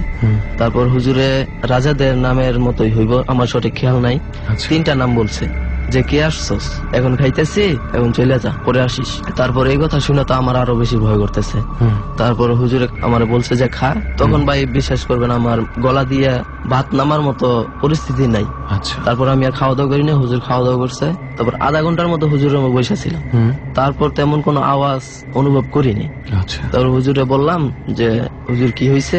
হুজুর বললো যে মনে হন আমার জিনি আমি পালি, আমার কাছে 3টা জিন আসছিল। হুজুরে বললাম যে আমি আজকের রাত্রে আপনার সাথে থাকবো না, আমার বাসায় দিয়ে আসেন। মসজিদ থেকে আমার বাসা 4-5 মিনিটের রাস্তা। হুজুর আমাকে বাসায় নিয়ে দিয়ে আসছে। আচ্ছা। তারপরে আর রাত্রেবেলা হুজুরের সাথে থাকি না। তারপর থেকে আপনি তারপর আর হুজুরের সাথে আমি থাকি না। তো এই গেল আপনার আরেকটা এক্সপেরিয়েন্স।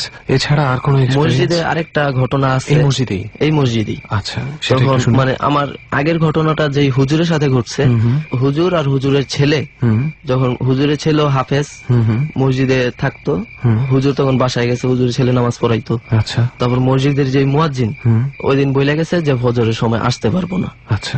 মেন গেটের চাবি মুয়াজ্জিনের কাছে থাকতো, মসজিদে ঢুকার যে গেটের চাবি, মুয়াজ্জিন ওই চাবিটা আবার হুজুরের ছেলের কাছে দিয়ে গেছে। আচ্ছা। তারপর আমি আর হুজুরের ছেলে খাওয়া দাওয়া কইরা কেসি গেট লাগাইয়া, দুটা লাগাইয়া, লাইট সব অফ কইরা ঘুমাই রইছি। আচ্ছা। রাত্রে 2টা-3টা হইব, আওয়াজ শুনতেছি যে মসজিদের ভিতরে মুয়াজ্জিন এসে আজান দিতেছে। আচ্ছা। তারপরে হুজুরের ছেলে উঠছে, উঠা লাইট জ্বালাইছে। হুজুরের ছেলের মানে চোখের মধ্যে ঘুম আর কি, ঘুমের ঘরে উঠছে যে নামাজ পড়াইতে হইব। ওঠার পরে উনি মসজিদের বারান্দায় থাইকা দেখতেছে যে মুয়াজ্জিন আজান দিতেছে, সাদা জুব্বা পরা। উনি দেখতে পাচ্ছেন? উনি দেখতে পাচ্ছে যে সাদা জুব্বা পরা। তারপরে ওনার সেন্স আসছে যে মুয়াজ্জিন তো বলে গেছে আজকে আসবো না। তারপর চাবি ওনার কাছে, গেটের চাবি ওনার কাছে। গেটের দিকে তাকাইছে, দেখে দোনো গেট তালা মারা। মুয়াজ্জিন ভিতরে কিভাবে ঢুকলো? ভিতরে তো কেউ ছিল না। তারপর এই কাহিনী দেখা মানে হুজুরের ছেলে রুমে দৌড় দিয়ে চলে আসছে। আচ্ছা। চলে আসার পর দরজা লাগাই দিছে। এই ভয়ে আমি তখন মানে সজাগ ছিলাম না। আচ্ছা। সকাল 8টা-9টা বেজে গেছে। তারপর মুয়াজ্জিন এসে ডাকতেছে যে হুজুর কেসি গেট খোলেন, তালা খোলেন, কি হয়েছে আপনার, আজকে এমন করতেছেন কে? তারপরে আমি সজাগ হয়েছি। সজাগ হওয়ার পরে চাবি নিয়ে খুলছি। খোলার পর মুয়াজ্জিন ভিতরে আসছে। ভিতরে আইসা হুজুরকে উঠাইছে। উঠানোর পরে হুজুরকে জিজ্ঞেস করছে যে কি হয়েছে, আচ্ছা, আজকে নামাজ পড়ান নাই কেন? তারপরে হুজুর বলল যে আপনি আইসা আজান দিচ্ছেন, আপনি বলে গেছেন আজকে আসবেন না, আপনি চাবি দিয়ে গেছেন আমার কাছে, চাই দেখি আপনি আজান দিতেছেন, আপনি ভিতরে আসলেন কিভাবে? দুনো গেট তালা মারা দেখতেছি। ভয়ে ভিতরে আইসা পড়ছি। তারপর ভয় পাইছে যে এই ভয়ের ভিতরে ঘুমাই গেছে। তারপর সকালে মানে আমাদের সাথে শেয়ার করছে আর কি পুরো ঘটনাটা। বুঝতে পারছি। তো এই ঘটনাতে ওই ওনাকে তো আপনি তো নিজের চোখে দেখেননি, আপনি তো? না, আমি নিজের চোখে দেখিনি। ওকে। কিন্তু ওই যে হুজুর আর আমি খাওয়ার সময় যে ঘটনাটা ঘটছে, ওইটা কিন্তু আমার নিজের সাথে, নিজের সাথেই, আমার নিজের সাথেই ঘটছে। তো এই মসজিদে থাকাকালীন এরকম দুটো ঘটনা আপনার সাথে ঘটেছে। তো এই মসজিদে অন্যান্য যারা আসা যাওয়া করে বা থাকে, তাদের মুখে কি এই ধরনের কোনো কিছু আপনার আগে কখনো শুনেছেন যে এরকম হয়? বা এরকম তাদের মুখে শুনছি রাত্রে অনেক মুসল্লিরা মসজিদে ঘুমায়, হুজুর বলছে বা অনেক মুসল্লিরা বলছে, মুরব্বীরা বলছে যে সামনের কাতার যে এটা ফার্স্ট যে কাতারটা, ওই কাতারে কেউ শুইবা না। আচ্ছা, কারণ অনেক জিন আছে রাত্রেবেলা এসে মসজিদে নামাজ পড়ে, ওদের সমস্যা হইতে পারে তোমাদের কারণে। বুঝতে পেরেছি। থ্যাংক ইউ ভাইয়া, আপনার এক্সপেরিয়েন্স গুলো আমাদের সাথে শেয়ার করার জন্য।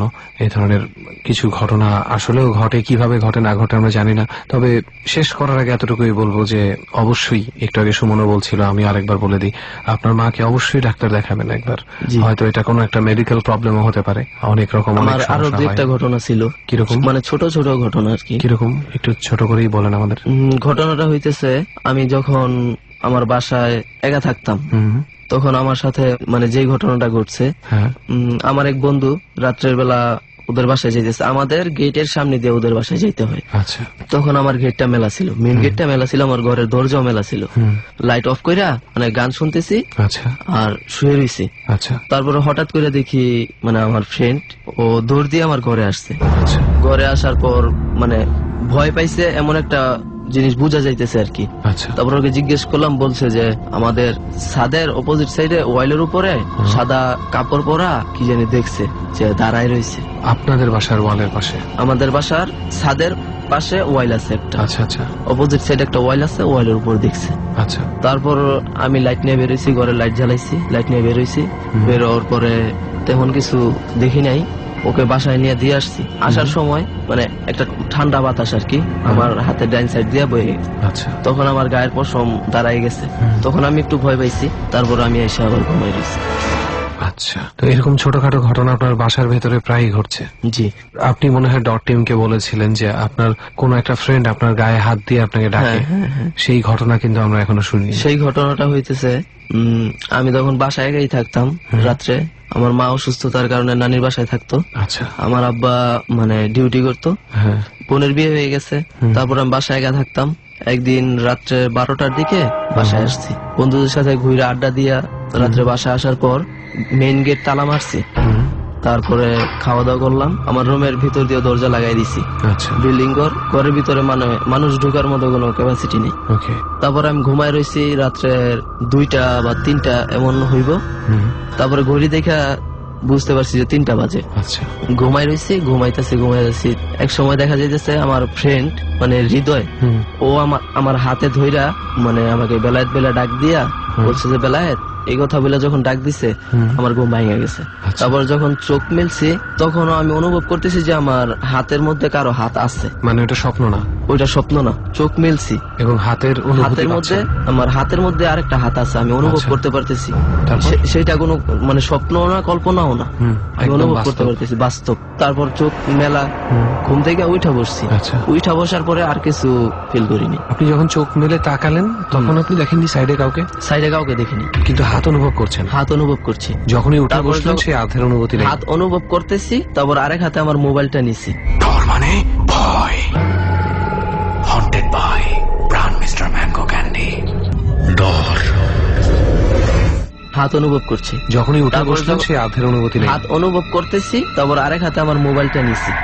মোবাইলটা নিয়ে যখন মোবাইলে টিপ দিয়ে মোবাইলের আলোটা জ্বালাইছি আর উঠে বসছি, তখন আর কোনো কিছু অনুভব করিনি বা কিছু দেখতে পাইনি। ঘরে লাইট জ্বালাইছি, খাটের নিচে দেখছি, কোনো কিছু অনুভব করিনি। আচ্ছা, এমন কি হতে পারে যে আপনার মায়ের সাথে যে সম্ভাবনা আছে, একটা জিন বা কিছু একটা তার সাথে আছে, এমন কি হতে পারে সেই আপনাদের সাথে এই ধরনের খেলাগুলো খেলে? এমনও হইতে পারে ওই জিনটাই এমন খেলা খেলে। এমনকি আমাদের বাসায়ও কিছু জিন আছে, ভালো খারাপ মিলেই আছে। এছাড়াও এরকম ছোট ছোট আরো কিছু ঘটনা ঘটেছে বোধহয় আপনার সাথে, আপনার ঘরের মধ্যে। আমরা কি শুনতে পারি একটা দুটা? আমার যে লাস্ট কাহিনীটা আছে, কাহিনীটা হইতেছে আমি বাসায় তখনও একা থাকতাম। আচ্ছা, মানে এটা প্রায় আরো 1 মাস আগের কাহিনী। মাত্র 1 মাস আগের ঘটনা? 1 মাস আগের ঘটনা। তখন বাসায় একা থাকতাম, তখন বন্ধুদের সাথে ঘুরতে ঘুরতে মানে রাত্র হয়ে গেছে। তারপর বাসায় আসছি, বাসায় আইসা 9টা বাজে গেছে। তারপর বাসায় পানি, মানে ঘরের ভিতরে ফ্লোরও পানি, বৃষ্টির কারণে পানি জমাট বাঁধে থাকে, ওগুলো সরতে পারছে না। আচ্ছা, তারপর আমি রান্নার যে প্রস্তুতি ওইটা করতেছি। তারপর একটা পেয়ালা রাখছি, খাটের উপর একটা পেয়ালা রাখছি। পেয়ালা রাখার পর মানে আমি অন্য সাইডে কাজ করতেছি, মানে আমার পাশেই চোখের সামনে দরজা ভিড়ানো, বাইরে কোনো বাতাস নেই। হঠাৎ করে আমার চোখের সামনে পেয়ালাটা বনবনায় ঘুরতেছে। পেয়ালাটা একা একা ঘুরছে, একা একাই ঘুরছে। তারপর আপনি কি করলেন? তারপর মানে এই ভয়ে পিছে সরে গেছি। আচ্ছা, সরে যাওয়ার পর দেখি যে আস্তে আস্তে মানে পেয়ালাটা এমন স্পিডে ঘুরছে, আবার আস্তে আস্তে থাইমে গেছে, নিজে নিজে ওই জায়গায় রয়েছে। আচ্ছা, আস্তে আস্তে থাইমা ওই জায়গাটাই রয়েছে। তারপর আপনি কি এই করলেন? মানে এই দৃশ্যটা দেখে আমার গায়ের পশম সব দাঁড়ায় গেছে। তারপরও ভয় পাই নাই, সাহস রাখার চেষ্টা করছি, সূরা যা পারি পড়ছি। পড়ার পর মানে পাকঘরে গেছি, পাকঘরে যে রান্না করতেছি, এমন টাইমে মানে আমাদের পাকঘরের সাথে আর ঘরের ওয়াইলের সাথে একটা ফাঁক আছে। আচ্ছা, এই ফাঁকটা দিয়ে মানে এত স্পিড একটা বাতাস গেছে আমার সামনে দিয়ে, চুলার উপর দিয়ে চুলা নিভে গেছে।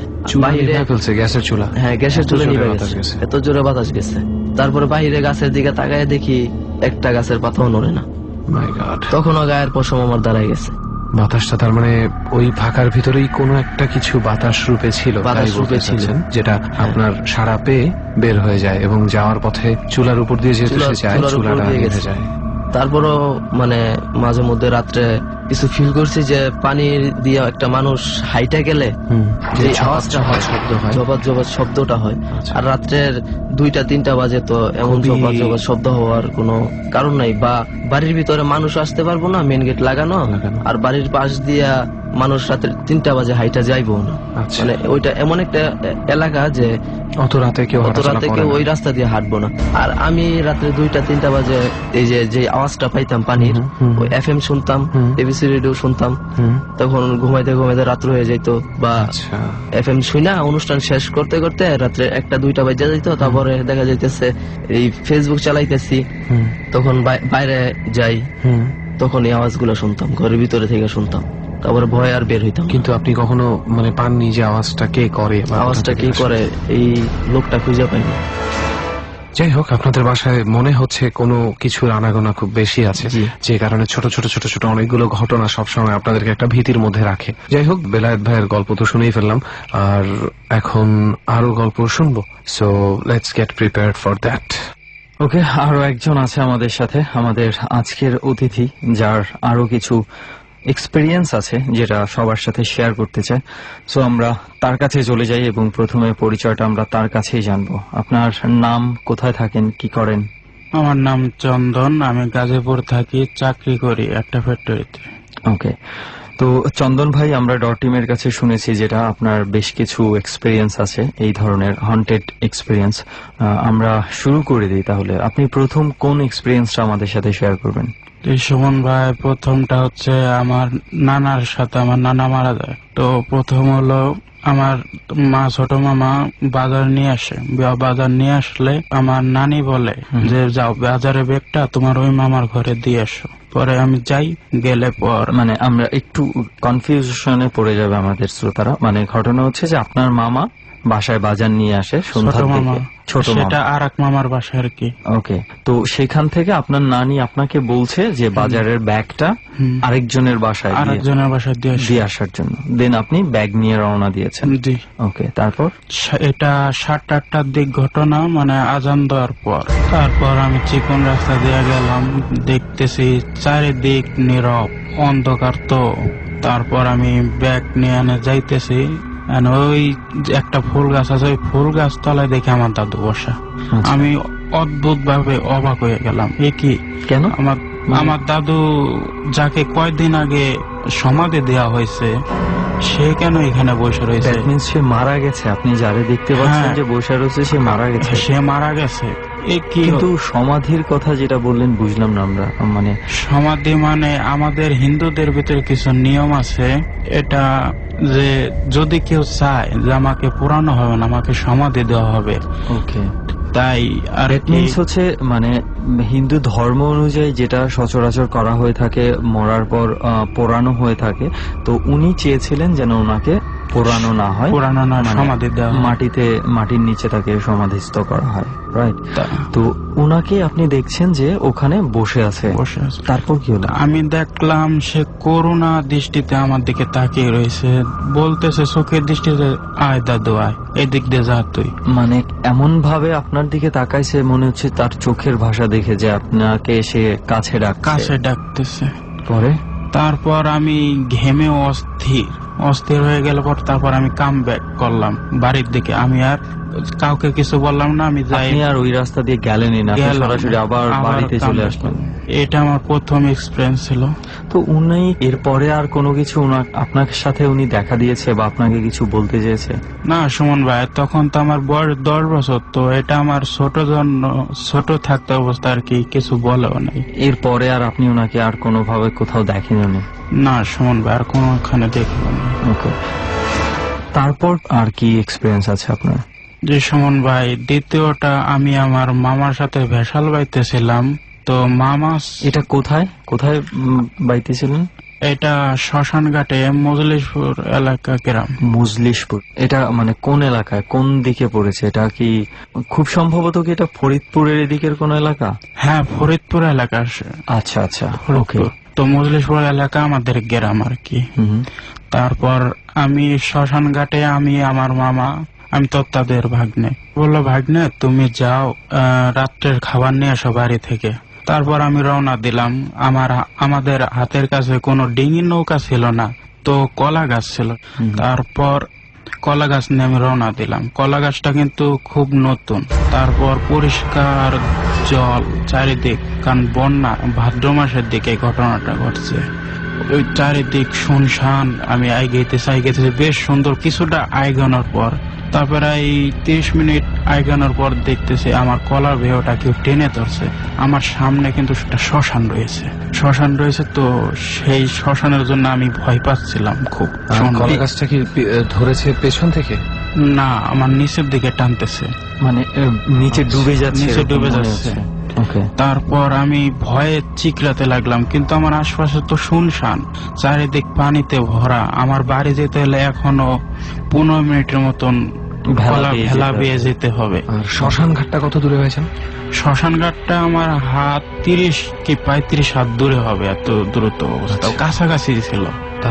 তারপর আমি চললাম, দেখতেছি যে আমার কলার ভেড়টা নিচের দিকে টেনে নিচ্ছে। আমি বুঝতে পারলাম যে নিচে কিছুতে বাঁচতেও পারে, খুঁটি টুটি থাকতে পারে, কোনো বাঁশের খুঁটি। কিন্তু আমি বোট হাতে দেখলাম যে কিচ্ছু নেই, শুধু আমার কলার ভেড়টা ডুবে যাচ্ছে। গিরা জল পর্যন্ত ডুবে যাওয়ার পর তারপর আমি নিজেই ভেসে উঠলাম, ওই কলা গাছ ভেসে উঠলো। তারপর আমি বাড়িতে যাই। আমার প্রায় 1 মাস জ্বর, মাসখানে জ্বর, কোনো ওষুধে কাজ করলো না। তারপর আমাকে বড় হুজুর এনে ঝাড়পক করিয়ে তারপর আমাকে সুস্থ করে। এই ছিল দ্বিতীয় ঘটনা। আচ্ছা, তো চন্দন ভাই, আপনার কাছ থেকে দুটো গল্প শুনলাম, দুটো এক্সপেরিয়েন্স শুনলাম। আরো কোনো এক্সপেরিয়েন্স কি আপনার আছে যেটা আপনি ডর টিমের সাথে শেয়ার করতে চান? আমার তৃতীয় ঘটনাটা হচ্ছে আমার মামা বাড়ির ঘটনা।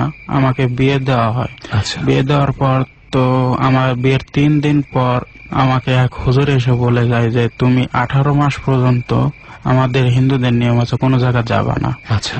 তো বিশেষ করে তো শ্মশান ঘাটে। কিন্তু কোনো এক সময় আমার দাদু এসে আমাকে ডাক দিল, চল চন্দন, তোকে ঘুরে নিয়ে এসে আমার বান্দে থেকে আমি ঘুরে আসতার পর থেকে। ভাইয়া আমি ঠিক বুঝলাম না ভাষাটা। এটা দুপুর 2টার দিক। না, কোথা থেকে ঘুরে নিয়ে আসবে বলছে?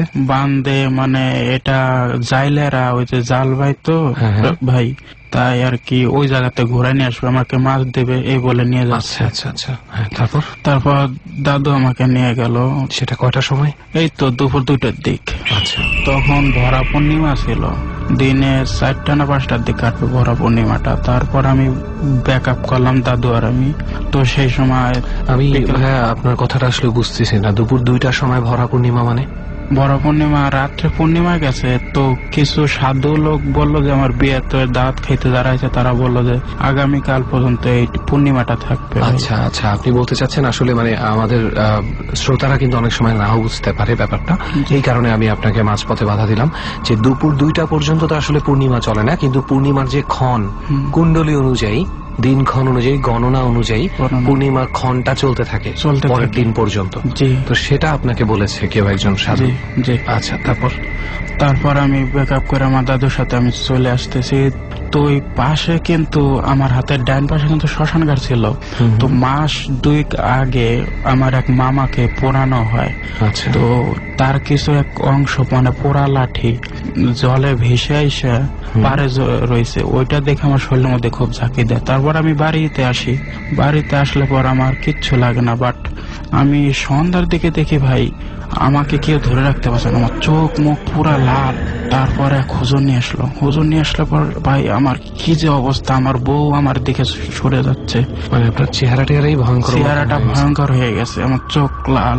তারপর আমাকে কেউ ধরে রাখতে পারছে না, আমার মামা মামি সবাই এসে ধরে রাখতে পারতেছে না।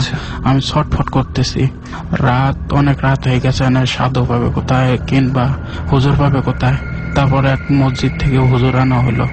হুজুর এসে বললো শীঘ্রই ওকে শিকল দেবা। তো আমাকে শিকল দিয়ে বাঁধার পর তারপর ঝাড়ফুঁক করলো, ঝাড়ফুঁকে কিছু হলো না। তারপরের দিন ভাই আমার এমন অবস্থা, খুব করুণ দশা হয়ে গেছে। আমি এই অবস্থাতেই সারা রাত কাটালাম? সারা রাত কাটালাম আমি গুমরাচ্ছিলাম ভাই। তারপর এমন অবস্থা। আমার সকালবেলা কি হলো? সকালবেলা আমি আমার মা আর কি গেছে ওই হুজুর আনতে, হুজুর নিয়ে আসলো। তারপর আমাকে গাছের সাথে বেঁধে রেখে আর কি তাবিজ টাবিজ দিয়ে একটা ডাল ভেঙে আইনে ঝাড়ফুঁক করাইলো।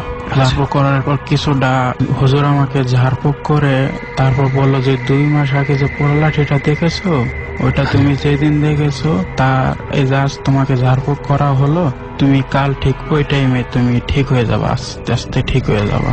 মানে যেই টাইমে আপনি ওই পোড়া লাঠিটা দেখেছিলেন, যেই সময়টা পূর্ণিমার ওই দিনক্ষণ বিচার করে আর কি। আচ্ছা। তারপর আমি রেহান ভাই কিছুটা সুস্থ বোধ করলাম, কিন্তু রেহান ভাই আমি গান এত ভালোবাসতাম, এটা সবাই বুঝতে পারছে যে ওর সাথে কিছু একটা হয়েছে। তারপর আমাকে রেহান ভাই দেখেন তাবিজ দিছে, মাথায় তাবিজ দিছে, হাতে তাবিজ দিছে।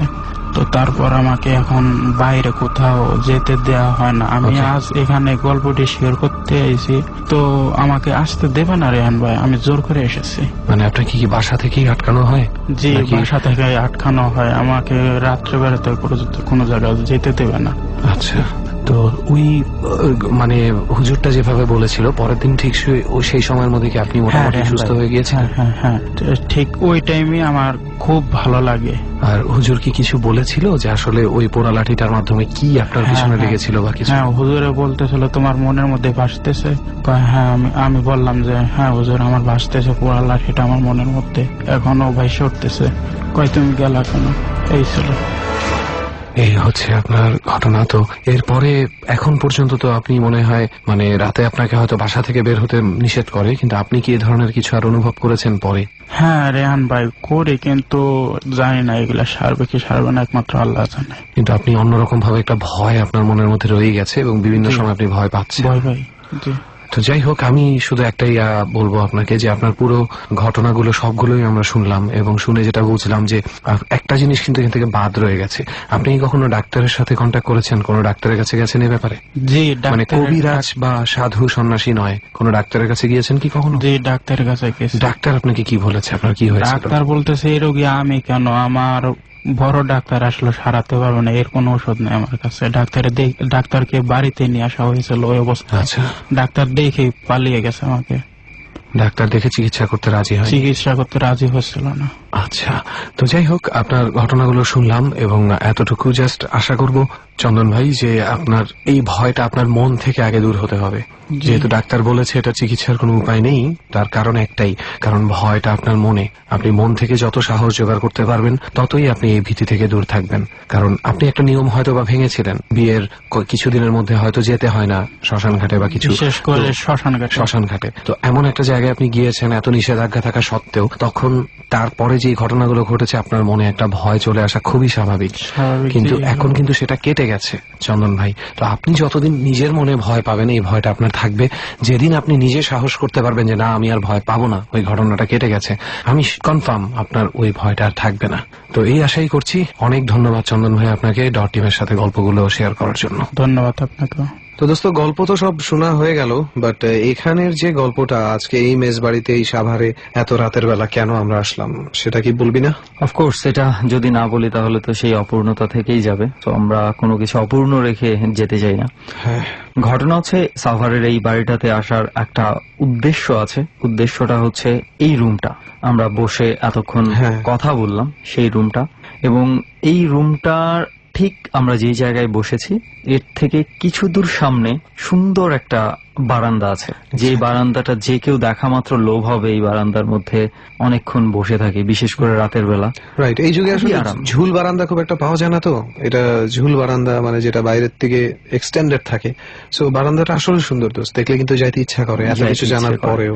এবং সবচেয়ে বড় কথা, এই রুমের যারা বাসিন্দা তাদেরও কিন্তু যেতে ইচ্ছে করে, হ্যাঁ, কিন্তু তারা যায় ইচ্ছে না। করলেও যেতে পারে না। যাই হোক, একটু বলে নিই, আমাদেরকে এখানে ইনভাইট করেছে মিস্টার কামরুল। উনি যে কোনো একটা ইউনিভার্সিটিতে পড়ছেন ফার্মাসি সাবজেক্ট নিয়ে, আর তার কাছ থেকে আমরা এই জায়গাটার সন্ধান পেয়েছি বললে ভুল হবে। সন্ধানটা আসলে পেয়েছে সুমন, তার পরিচিত মিস্টার কামরুল, তার থ্রুতেই আমরা জানতে পেরেছি, তাই না? এবং ওর কিছু রেস্ট্রিকশন ছিল, ও যেটা বলেছিল, ও খুব মানে ফ্র্যাঙ্কলি বলেছিল যে দোস্ত মানে কোনোভাবেই যেন বিষয়টা স্প্রেড না হয়। স্প্রেড না হয়, রাইট। তো আমরা সেটা মাথায় রেখেই এই ঘটনাটাকে আপনাদের সামনে উপস্থাপন করছি। তো মূল ঘটনা হচ্ছে এটা কামরুলের এক বন্ধুর সাথে ঘটেছে, এবং সেই বন্ধুটা এখন আপাতত গত 2 মাস যাবত এই বাসাতে আর থাকছে না, এবং এরা শিওর না যে আদৌ ও আসবে কিনা সেই বন্ধুটা এই বাসাতে। If what happened with you, would you come? No, I wouldn't. So আমার মনে হয় না উনি আর আসবে। ঘটনাটা এমন ছিল যে কয়েক মাস আগের ঘটনা। তো ওই বন্ধুটার কোনো একটা কারণে হয়তো বা কোনো না কোনো ভাবে মানে এই বাসাতে একা থেকেছিল, এবং ওখানে কিছু ইনসিডেন্ট তার সাথে ঘটে। একটা কালো ছায়া দিয়ে ঘটনাটা মোটামুটি শুরু, এবং তার আগে ছোট্ট একটু শুরু হয় একটা বাল্ব ফিউজ হওয়া থেকে। কোনো একদিন বাসায় ফিরতে ছেলেটির অনেক বেশি রাত হয়ে যায়, তখন 11টা 11:30 হয়তো বা বাজে, আমরা যতটুকু কামরুল ভাইয়ের কাছ থেকে শুনেছি। হঠাৎ করে সে বাসায় ঢোকার আগ মুহূর্তে তার সিঁড়ির লাইটটা ঠাস করে ফেটে যায়। ইনফ্যাক্ট ফিউজ হয়ে যায় না, বাল্বটা ফেটে যায়। তো ফেটে যাওয়ার পরে তার মধ্যে একটা ধাক্কার মতন লাগে, বাট সে ভয় পায়নি। এরপর যখন সে অনেক কষ্টে চাবি খুঁজে বের করে তালা খোলে, যেহেতু অন্ধকার কিছু দেখা যাচ্ছে না, একটু কষ্টই হয়, তালাটা খোলার পরে গেটটা তাকে খুলতে হয় না। কোনো একটা কিছু তার পেছন থেকে ইটস লাইক দৌড়ে এসে দরজা খুলে ভিতরে ঢুকে যায়। মনে হলো যে অনেক সময় হয় না যে আপনি লাইনে দাঁড়িয়ে আছেন, পেছন থেকে কেউ এসে ধাক্কা মেরে আপনাকে সরিয়ে দিয়ে সামনে এগিয়ে গেল। আর সেই ধাক্কাটা যদি শুধু একটা বাতাস এবং একটা কালো ছায়া যদি আপনি দেখতে পান, তাহলে আমি জানি না আপনি ওই ঘরে ঢোকার সাহস আর করবেন কিনা, কারণ ঘরের ভেতরেও কিন্তু অন্ধকার। কিন্তু ওই দিন কামরুলের যে বন্ধু ছিল তাকে অনেকটা বাধ্য হয়ে এই কাজটা করতে হয়েছে, তাকে এই রুমেই থাকতে হয়েছে ওই দিন রাতের জন্য। কিন্তু ঘটনাটা হচ্ছে ঠিক ওই ঘটনার পরপরই শেষ হয়ে যায়নি, আসলে এটা ছিল শুরু মাত্র। পরবর্তী ঘটনা ঘটে ওই দিনই খুব মধ্যরাতে। হঠাৎ করে কামরুলের বন্ধুর যখন ঘুম ভেঙে যায়, এবং তখন হচ্ছে লাইট জ্বালানোই ছিল, ও ভয়ে অনেকটা লাইট জ্বালিয়ে ঘুমিয়েছিল, এক্স্যাক্টলি মানে ডিম লাইট জ্বালিয়ে ঘুমিয়েছিল আর কি। তো ঘটনা হচ্ছে এমন সময় ও আবিষ্কার করে কোনো কিছু একটা রুমের মধ্যে ঘুরে বেড়াচ্ছে, something is moving, something black. প্রথম সে ভেবেছিল কোনো চোর বা কোনো কিছু হতে পারে, কিন্তু যখনই মানে ভালো করে অবজার্ভ করেছে যে এটা কোনো হিউম্যান বিং কিছু না, রাইট, তখনই তার মধ্যে একটা ভয় ঢুকে যায়। এবং এই হিউম্যান বিং কিছু না সেটা সে টের পায় যখন সে ধারণা করেছিল, যেটা সুমন বলল, যে চোর বা এই ধরনের কেউ। আস্তে আস্তে ছায়াটা বারান্দার দিকে যেতে থাকে, এবং সবচেয়ে অবাক করা বিষয়টা তখন, ভয়টা তখন হয় যখন কামরুল ভাইয়ের ফ্রেন্ড ভেবেছিল সে হয়তো চোরটা বারান্দায় গেলে ধরবে, কিন্তু চোরটা বারান্দায় যাওয়ার সময় কোনো দরজা বা পর্দা সরানোর ব্যাপার আসেনি, সে সরাসরি পর্দার ভেতর থেকেই বারান্দায় চলে যায়, লাইক দ্যাট, এটা ভেদ করে চলে গেছে। সো ওটা দেখে তো মানে ওর অবস্থান ডেফিনেটলি যে কারো অবস্থায় খুব খারাপ হয়ে যাবে। তো সাথে সাথে ও রুম থেকে বের হয়ে গিয়েছিল, এবং পাশের রুমে যারা ছিল তাদেরকে ডেকে নিয়ে এসেছিল। কিন্তু আসলে অ্যাজ ইউজুয়াল আমরা কেউ যেমন চোখে না দেখলে বিশ্বাস করবে না, কেউ আসলে ঘটনাটা বিশ্বাস করেনি। এরপরে একটা মজার বিষয় হচ্ছে যে বারান্দাটাতে কেউ বসে না আমরা বলেছিলাম, সেটার কারণটাও একটা মানে ইন্টারেস্টিং একটা কাহিনী আছে, সেটা একটু বল। এই বারান্দাটাতে কেউ বসে না তার একটা কারণ হচ্ছে এই বারান্দায় কিছু ফুলের টব আছে, যে ফুলের টবগুলা এই মেজ বাড়িতে যে কয়টা ছেলে পেলে থাকে সবাই মিলে তারাই বসিয়েছে। বিকজ এই বারান্দাটা অ্যাকচুয়ালি একটা আড্ডা দেওয়ার জন্য সুন্দর একটা স্থান, এখানে গাছ টাছ থাকলে সবারই ভালো লাগে। এবং মজার ব্যাপার হচ্ছে যে ফুলের টবগুলো তারা যেভাবে রেখেছে সেভাবে একবার রাখার পরে সেটা আর চেঞ্জ করা যায়নি। যতবারই তারা ফুলের টবগুলোকে বিভিন্ন জায়গা থেকে সরিয়ে আরেক জায়গায় রাখতে চেয়েছে, পরের দিন সকালে ওই একই স্পটে আবারও ফুলের টবগুলো পাওয়া যায়। আসলে মানে ঘটনাটা হচ্ছে এমন যে ধরেন আপনার কোনো কিছু আপনি একভাবে রাখতে চান, কিন্তু আরেকজন দেখা গেছে আরেকভাবে রাখতে চায়। রাইট। মানে আপনি যেভাবে জায়গাটাকে গুছিয়ে রাখতে যাচ্ছেন, আরেকজন দেখা গেছে ঠিক বিপরীত ভাবে গুছিয়ে রাখতে যাচ্ছে। তার মানে তুই কি বলতে চাচ্ছিস যে বারান্দাটা ওই কালো ছায়াটা নিজের জায়গা? আমি জানি না কালো ছায়াটার নিজের জায়গা বা কিছু, কিন্তু এটা স্পষ্ট বোঝা গেছে, পুরো ঘটনা পর্যালোচনা করলে বোঝা যায় যে এই বারান্দাটা কেউ একজন ব্যবহার করছে নিজের মতো করে, এবং যে চায় না যেখানে অন্য কেউ কোনো না কোনো ভাবে ইন্টারফেয়ার করুক এসে। রাইট। আবার এমনও হতে পারে যে দেখ ব্যাপারটা আমি যেভাবে প্যাটার্নটা খেয়াল করলাম, উনি যেভাবে বললো, কামরুল ভাই যেভাবে বললো, ওনারা 3টা টপকে বারান্দার 3 দিকে স্ট্রেইট ভাবে রাখতে চেয়েছে, কিন্তু বারবারই দেখা গেছে মাঝখানের টপটাকে সরিয়ে নিয়ে এসে একটা ত্রিভুজ তৈরি করা হয়েছে। So why is someone trying to create a triangle? কি বোঝাতে চাচ্ছে এটা দিয়ে? আসলে এটা কি বোঝাতে যাচ্ছে এটা আমার কোনো আইডিয়া নেই। Even I have no idea, but যতটুকু জানি ট্রায়াঙ্গলস এর অনেক মিনিং আছে। ট্রায়াঙ্গল অনেক কিছু বোঝানো হয়। দুটো ট্রায়াঙ্গল এক করলে একটা স্টার হয়, সেই স্টারের দুটো জগতের মেলামেশা বোঝানো হয়, black world and white world. এই ধরনের কিছু ব্যাপার আপনারা যদি স্যাটানিক সাইন নিয়ে পড়াশোনা করেন বা একটু ইন্টারনেট ঘাটেন, তাহলে দেখতে পাবেন স্টার হচ্ছে অনেক বড় একটা স্যাটানিক সিগনেচার হিসাবেও ব্যবহার করা হয়। তাই বলে স্টার থাকলেই যে সেটা স্যাটানিক এমন ভেবে নেওয়ার মতন বোকা নিশ্চয়ই আপনারা না। এবং সেই জন্য বলি যে বারান্দা মানেই যে এই ধরনের ঘটনা ঘটবে তাও কিন্তু না। যদিও বারান্দা আমি অনেক পছন্দ করি, কিন্তু এই ঘটনার পরে আমি বারান্দায় যেতে মনে হয় একটু না একটু হলেও কেমন কেমন লাগবে। তাহলে কি তোর মোবাইল ইউজ করতে ভালো লাগবে না? মোবাইল ইউজ করতে ভয় তো আমরা কিন্তু ঘটনার অনেক বড় একটা পার্ট এখনো বলিনি। রাইট। বিশেষ করে যারা মোবাইলে এখন শুনছে ডর, তাদের জন্য বিষয়টা একটু অন্যরকম হতে পারে। দ্য থিং ইজ, আমরা যার কথা বলছিলাম কামরুল ভাইয়ের ফ্রেন্ড, যে ফ্রেন্ড তার নামটা পর্যন্ত উল্লেখ করতে দিবে না বলেই কামরুল ভাইয়ের ফ্রেন্ড হিসাবে তাকে বারবার পরিচয় দিচ্ছি। উনি যতবার এই কালো ছায়াটাকে বিভিন্নভাবে দেখেছেন, অনেকবারই দেখেছেন। একবার তার পাশ থেকে উঠে যেতেও দেখেছেন, একবার হুট করে তার পাশে শুয়ে পড়তে দেখেছেন নিজের চোখে, কিন্তু তার পরবর্তীতে সেটা মিলিয়ে যায়। যতবার এই ঘটনাটা ঘটেছে তারপর তিনি ঘুমানোর চেষ্টা করেছেন, কেমন একটা ঘোরের মধ্যে গিয়ে ঘুমিয়েছেন, এবং সকালে উঠে তার ডায়াল লিস্টে সেভ করা অবস্থায় এমন কিছু নাম্বারে ডায়াল করা দেখেছেন যেটা অ্যাকচুয়ালি তার মোবাইলে ছিলই না। কে সেভ করেছে? আননোন একটা নাম্বার থেকে যদি ডায়াল হয়ে থাকে তাহলে তুই হয়তো টের পাবি যে এই নাম্বারটা থেকে কোনো একটা বন্ধু হয়তো এসে ইয়ে করেছে, কিন্তু কেউ যদি এভাবে তোর মোবাইল থেকে ফোন করে, সে কি আগে নাম্বারটা সেভ করে তারপরে ডায়াল করবে? ইম্পসিবল, এটা কখনোই হবে না। এবং সবচেয়ে বড় কথা হচ্ছে তার মোবাইল ইউজ করার মতো কেউ ছিল না। এক্স্যাক্টলি। কোত্থেকে আসবে? আর একটা নাম্বার আপনি যখন সেভ করবেন, আপনার কিছু না কিছু চিহ্ন থাকে যেটা দেখলে আপনি বুঝবেন যে এটা ওন নাম্বার, এটা ওন নাম্বার। এইভাবে ডিফিকাল্ট একটা মানে নাম্বার, এই নাম্বারটা ইনফ্যাক্ট মানে কিরকম একটা নাম্বার সেটা কামরুল আমাদেরকে দেখিয়েছিল। সেই নাম্বারটা আমরা দেখেছি যে এটা আসলে কোন দেশের কোন নাম্বারের সাথে কোনো কিছুতে যায় না, এবং ইভেন আমরা ডায়ালও করেছিলাম ওই নাম্বারটাতে, ইনভ্যালিড নাম্বার দেখিয়েছে। এটা একটা সাউন্ড দিচ্ছে mobile. So it's not a mobile number. আমি এখানে কিছু ম্যাথমেটিক্যাল টেকনিক্যাল টার্মও মানে চিন্তা করতে ইচ্ছা করছে, যদি এরকম সাধ্য থাকতো তাহলে দেখতাম যে এই ট্রায়াঙ্গেল, এই নাম্বার সবকিছু মিলিয়ে কোনো ইকুয়েশন বের করে কিছু একটা বের করা যায় কিনা। But I guess some things happen without any reason. যাই হোক, এই রিজনের পেছনে আসলে এখানে কি রিজন রয়েছে আমরা আসলে আবিষ্কার করতে পারিনি, হয়তো আমাদের পক্ষে সম্ভব না। তো যতটুকু মনে হয়েছে যে বিষয়টা সবার সাথে শেয়ার করলে হয়তো আপনারা ভালো লাগবে, কিংবা আপনাদেরও যদি এরকম কোনো বিষয় থাকে আমাদেরকে ইনফর্ম করতে পারেন আপনারা। তবে আপাতত আজকের জন্য এতটুকুই ছিল। তো আমরা চলে যাব। এখন যাওয়ার আগে আরেকবার একটু বলতে চাই যে প্রতিটা মুহূর্তে, প্রতিটা সময়ে যেই প্রোগ্রামই করতে থাকি না কেন, যে অবস্থাতেই থাকি না কেন, মাইক্রোফোনের সামনে কথা বলার সময় বা যখনই আমরা বুঝি যে আমাদের কথাটা কেউ একজন হেডফোন দিয়ে শুনছে, তখন একটা কথা বারবার বাজছে ইদানিং, সেটা হচ্ছে ওইভাবে প্রত্যয় ভাইয়ের ভয়েসটা আর বাজবে না। রাইট। আমরা যেটা দিয়ে শুরু করেছিলাম আর কি, যার কারণে আমাদের জার্নি বলি আমাদের সবকিছু একটু অন্যরকম হয়ে গেছে। তো ইভেন আমি লাস্ট একটা কথা না বলেই পারছি না। আমাকে কয়েকদিন আগে ডিউরিং 5 to 8:30 শো, হঠাৎ করে মানে 8টার দিকে যে টাইম কিউটা বাজে, সেই টাইম কিউটা বাজার পরে আমাকে একজন একটা কমেন্ট দিল যে একটু আগে একজন বলল যে এখন সময় রাত 8টা। এই কণ্ঠে লাইভ আর কখনো টাইম শুনতে পাবো না। কণ্ঠটা প্রত্যয় ভাইয়ের ছিল, সেটা এখনো রয়ে গেছে এবিসিতে, থাকবে হয়তোবা। আসলে প্রত্যয় মানে আমরা যারা আছি হয়তোবা মানে যারা একবার প্রত্যয়কে শুনেছে তাদের মাঝে প্রত্যয় সব সময় থাকবে। শুধু এতটুকুই বলতে পারি, যারা এই মুহূর্তে ডর শুনছে সবাই প্রত্যয়ের জন্য একটু দোয়া করবেন অবশ্যই। তো আজকের মতো বিদায় নিচ্ছি। সামনের পর্বে কোনো একটা হন্টেড প্লেস থেকে আবারও সুমন আর রেহান আপনাদের সাথে কথা হবে। ডর মানে ভয়।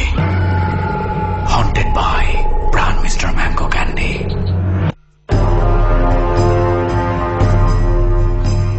আজকের মতো ডর এখানেই শেষ করছি আমরা। আজকের মতো সাইনিং অফ। আবারও ফিরছি আগামী বৃহস্পতিবার। আর জি কিবরিয়া এবং তার টিমের পক্ষ থেকে শুভরাত্রি।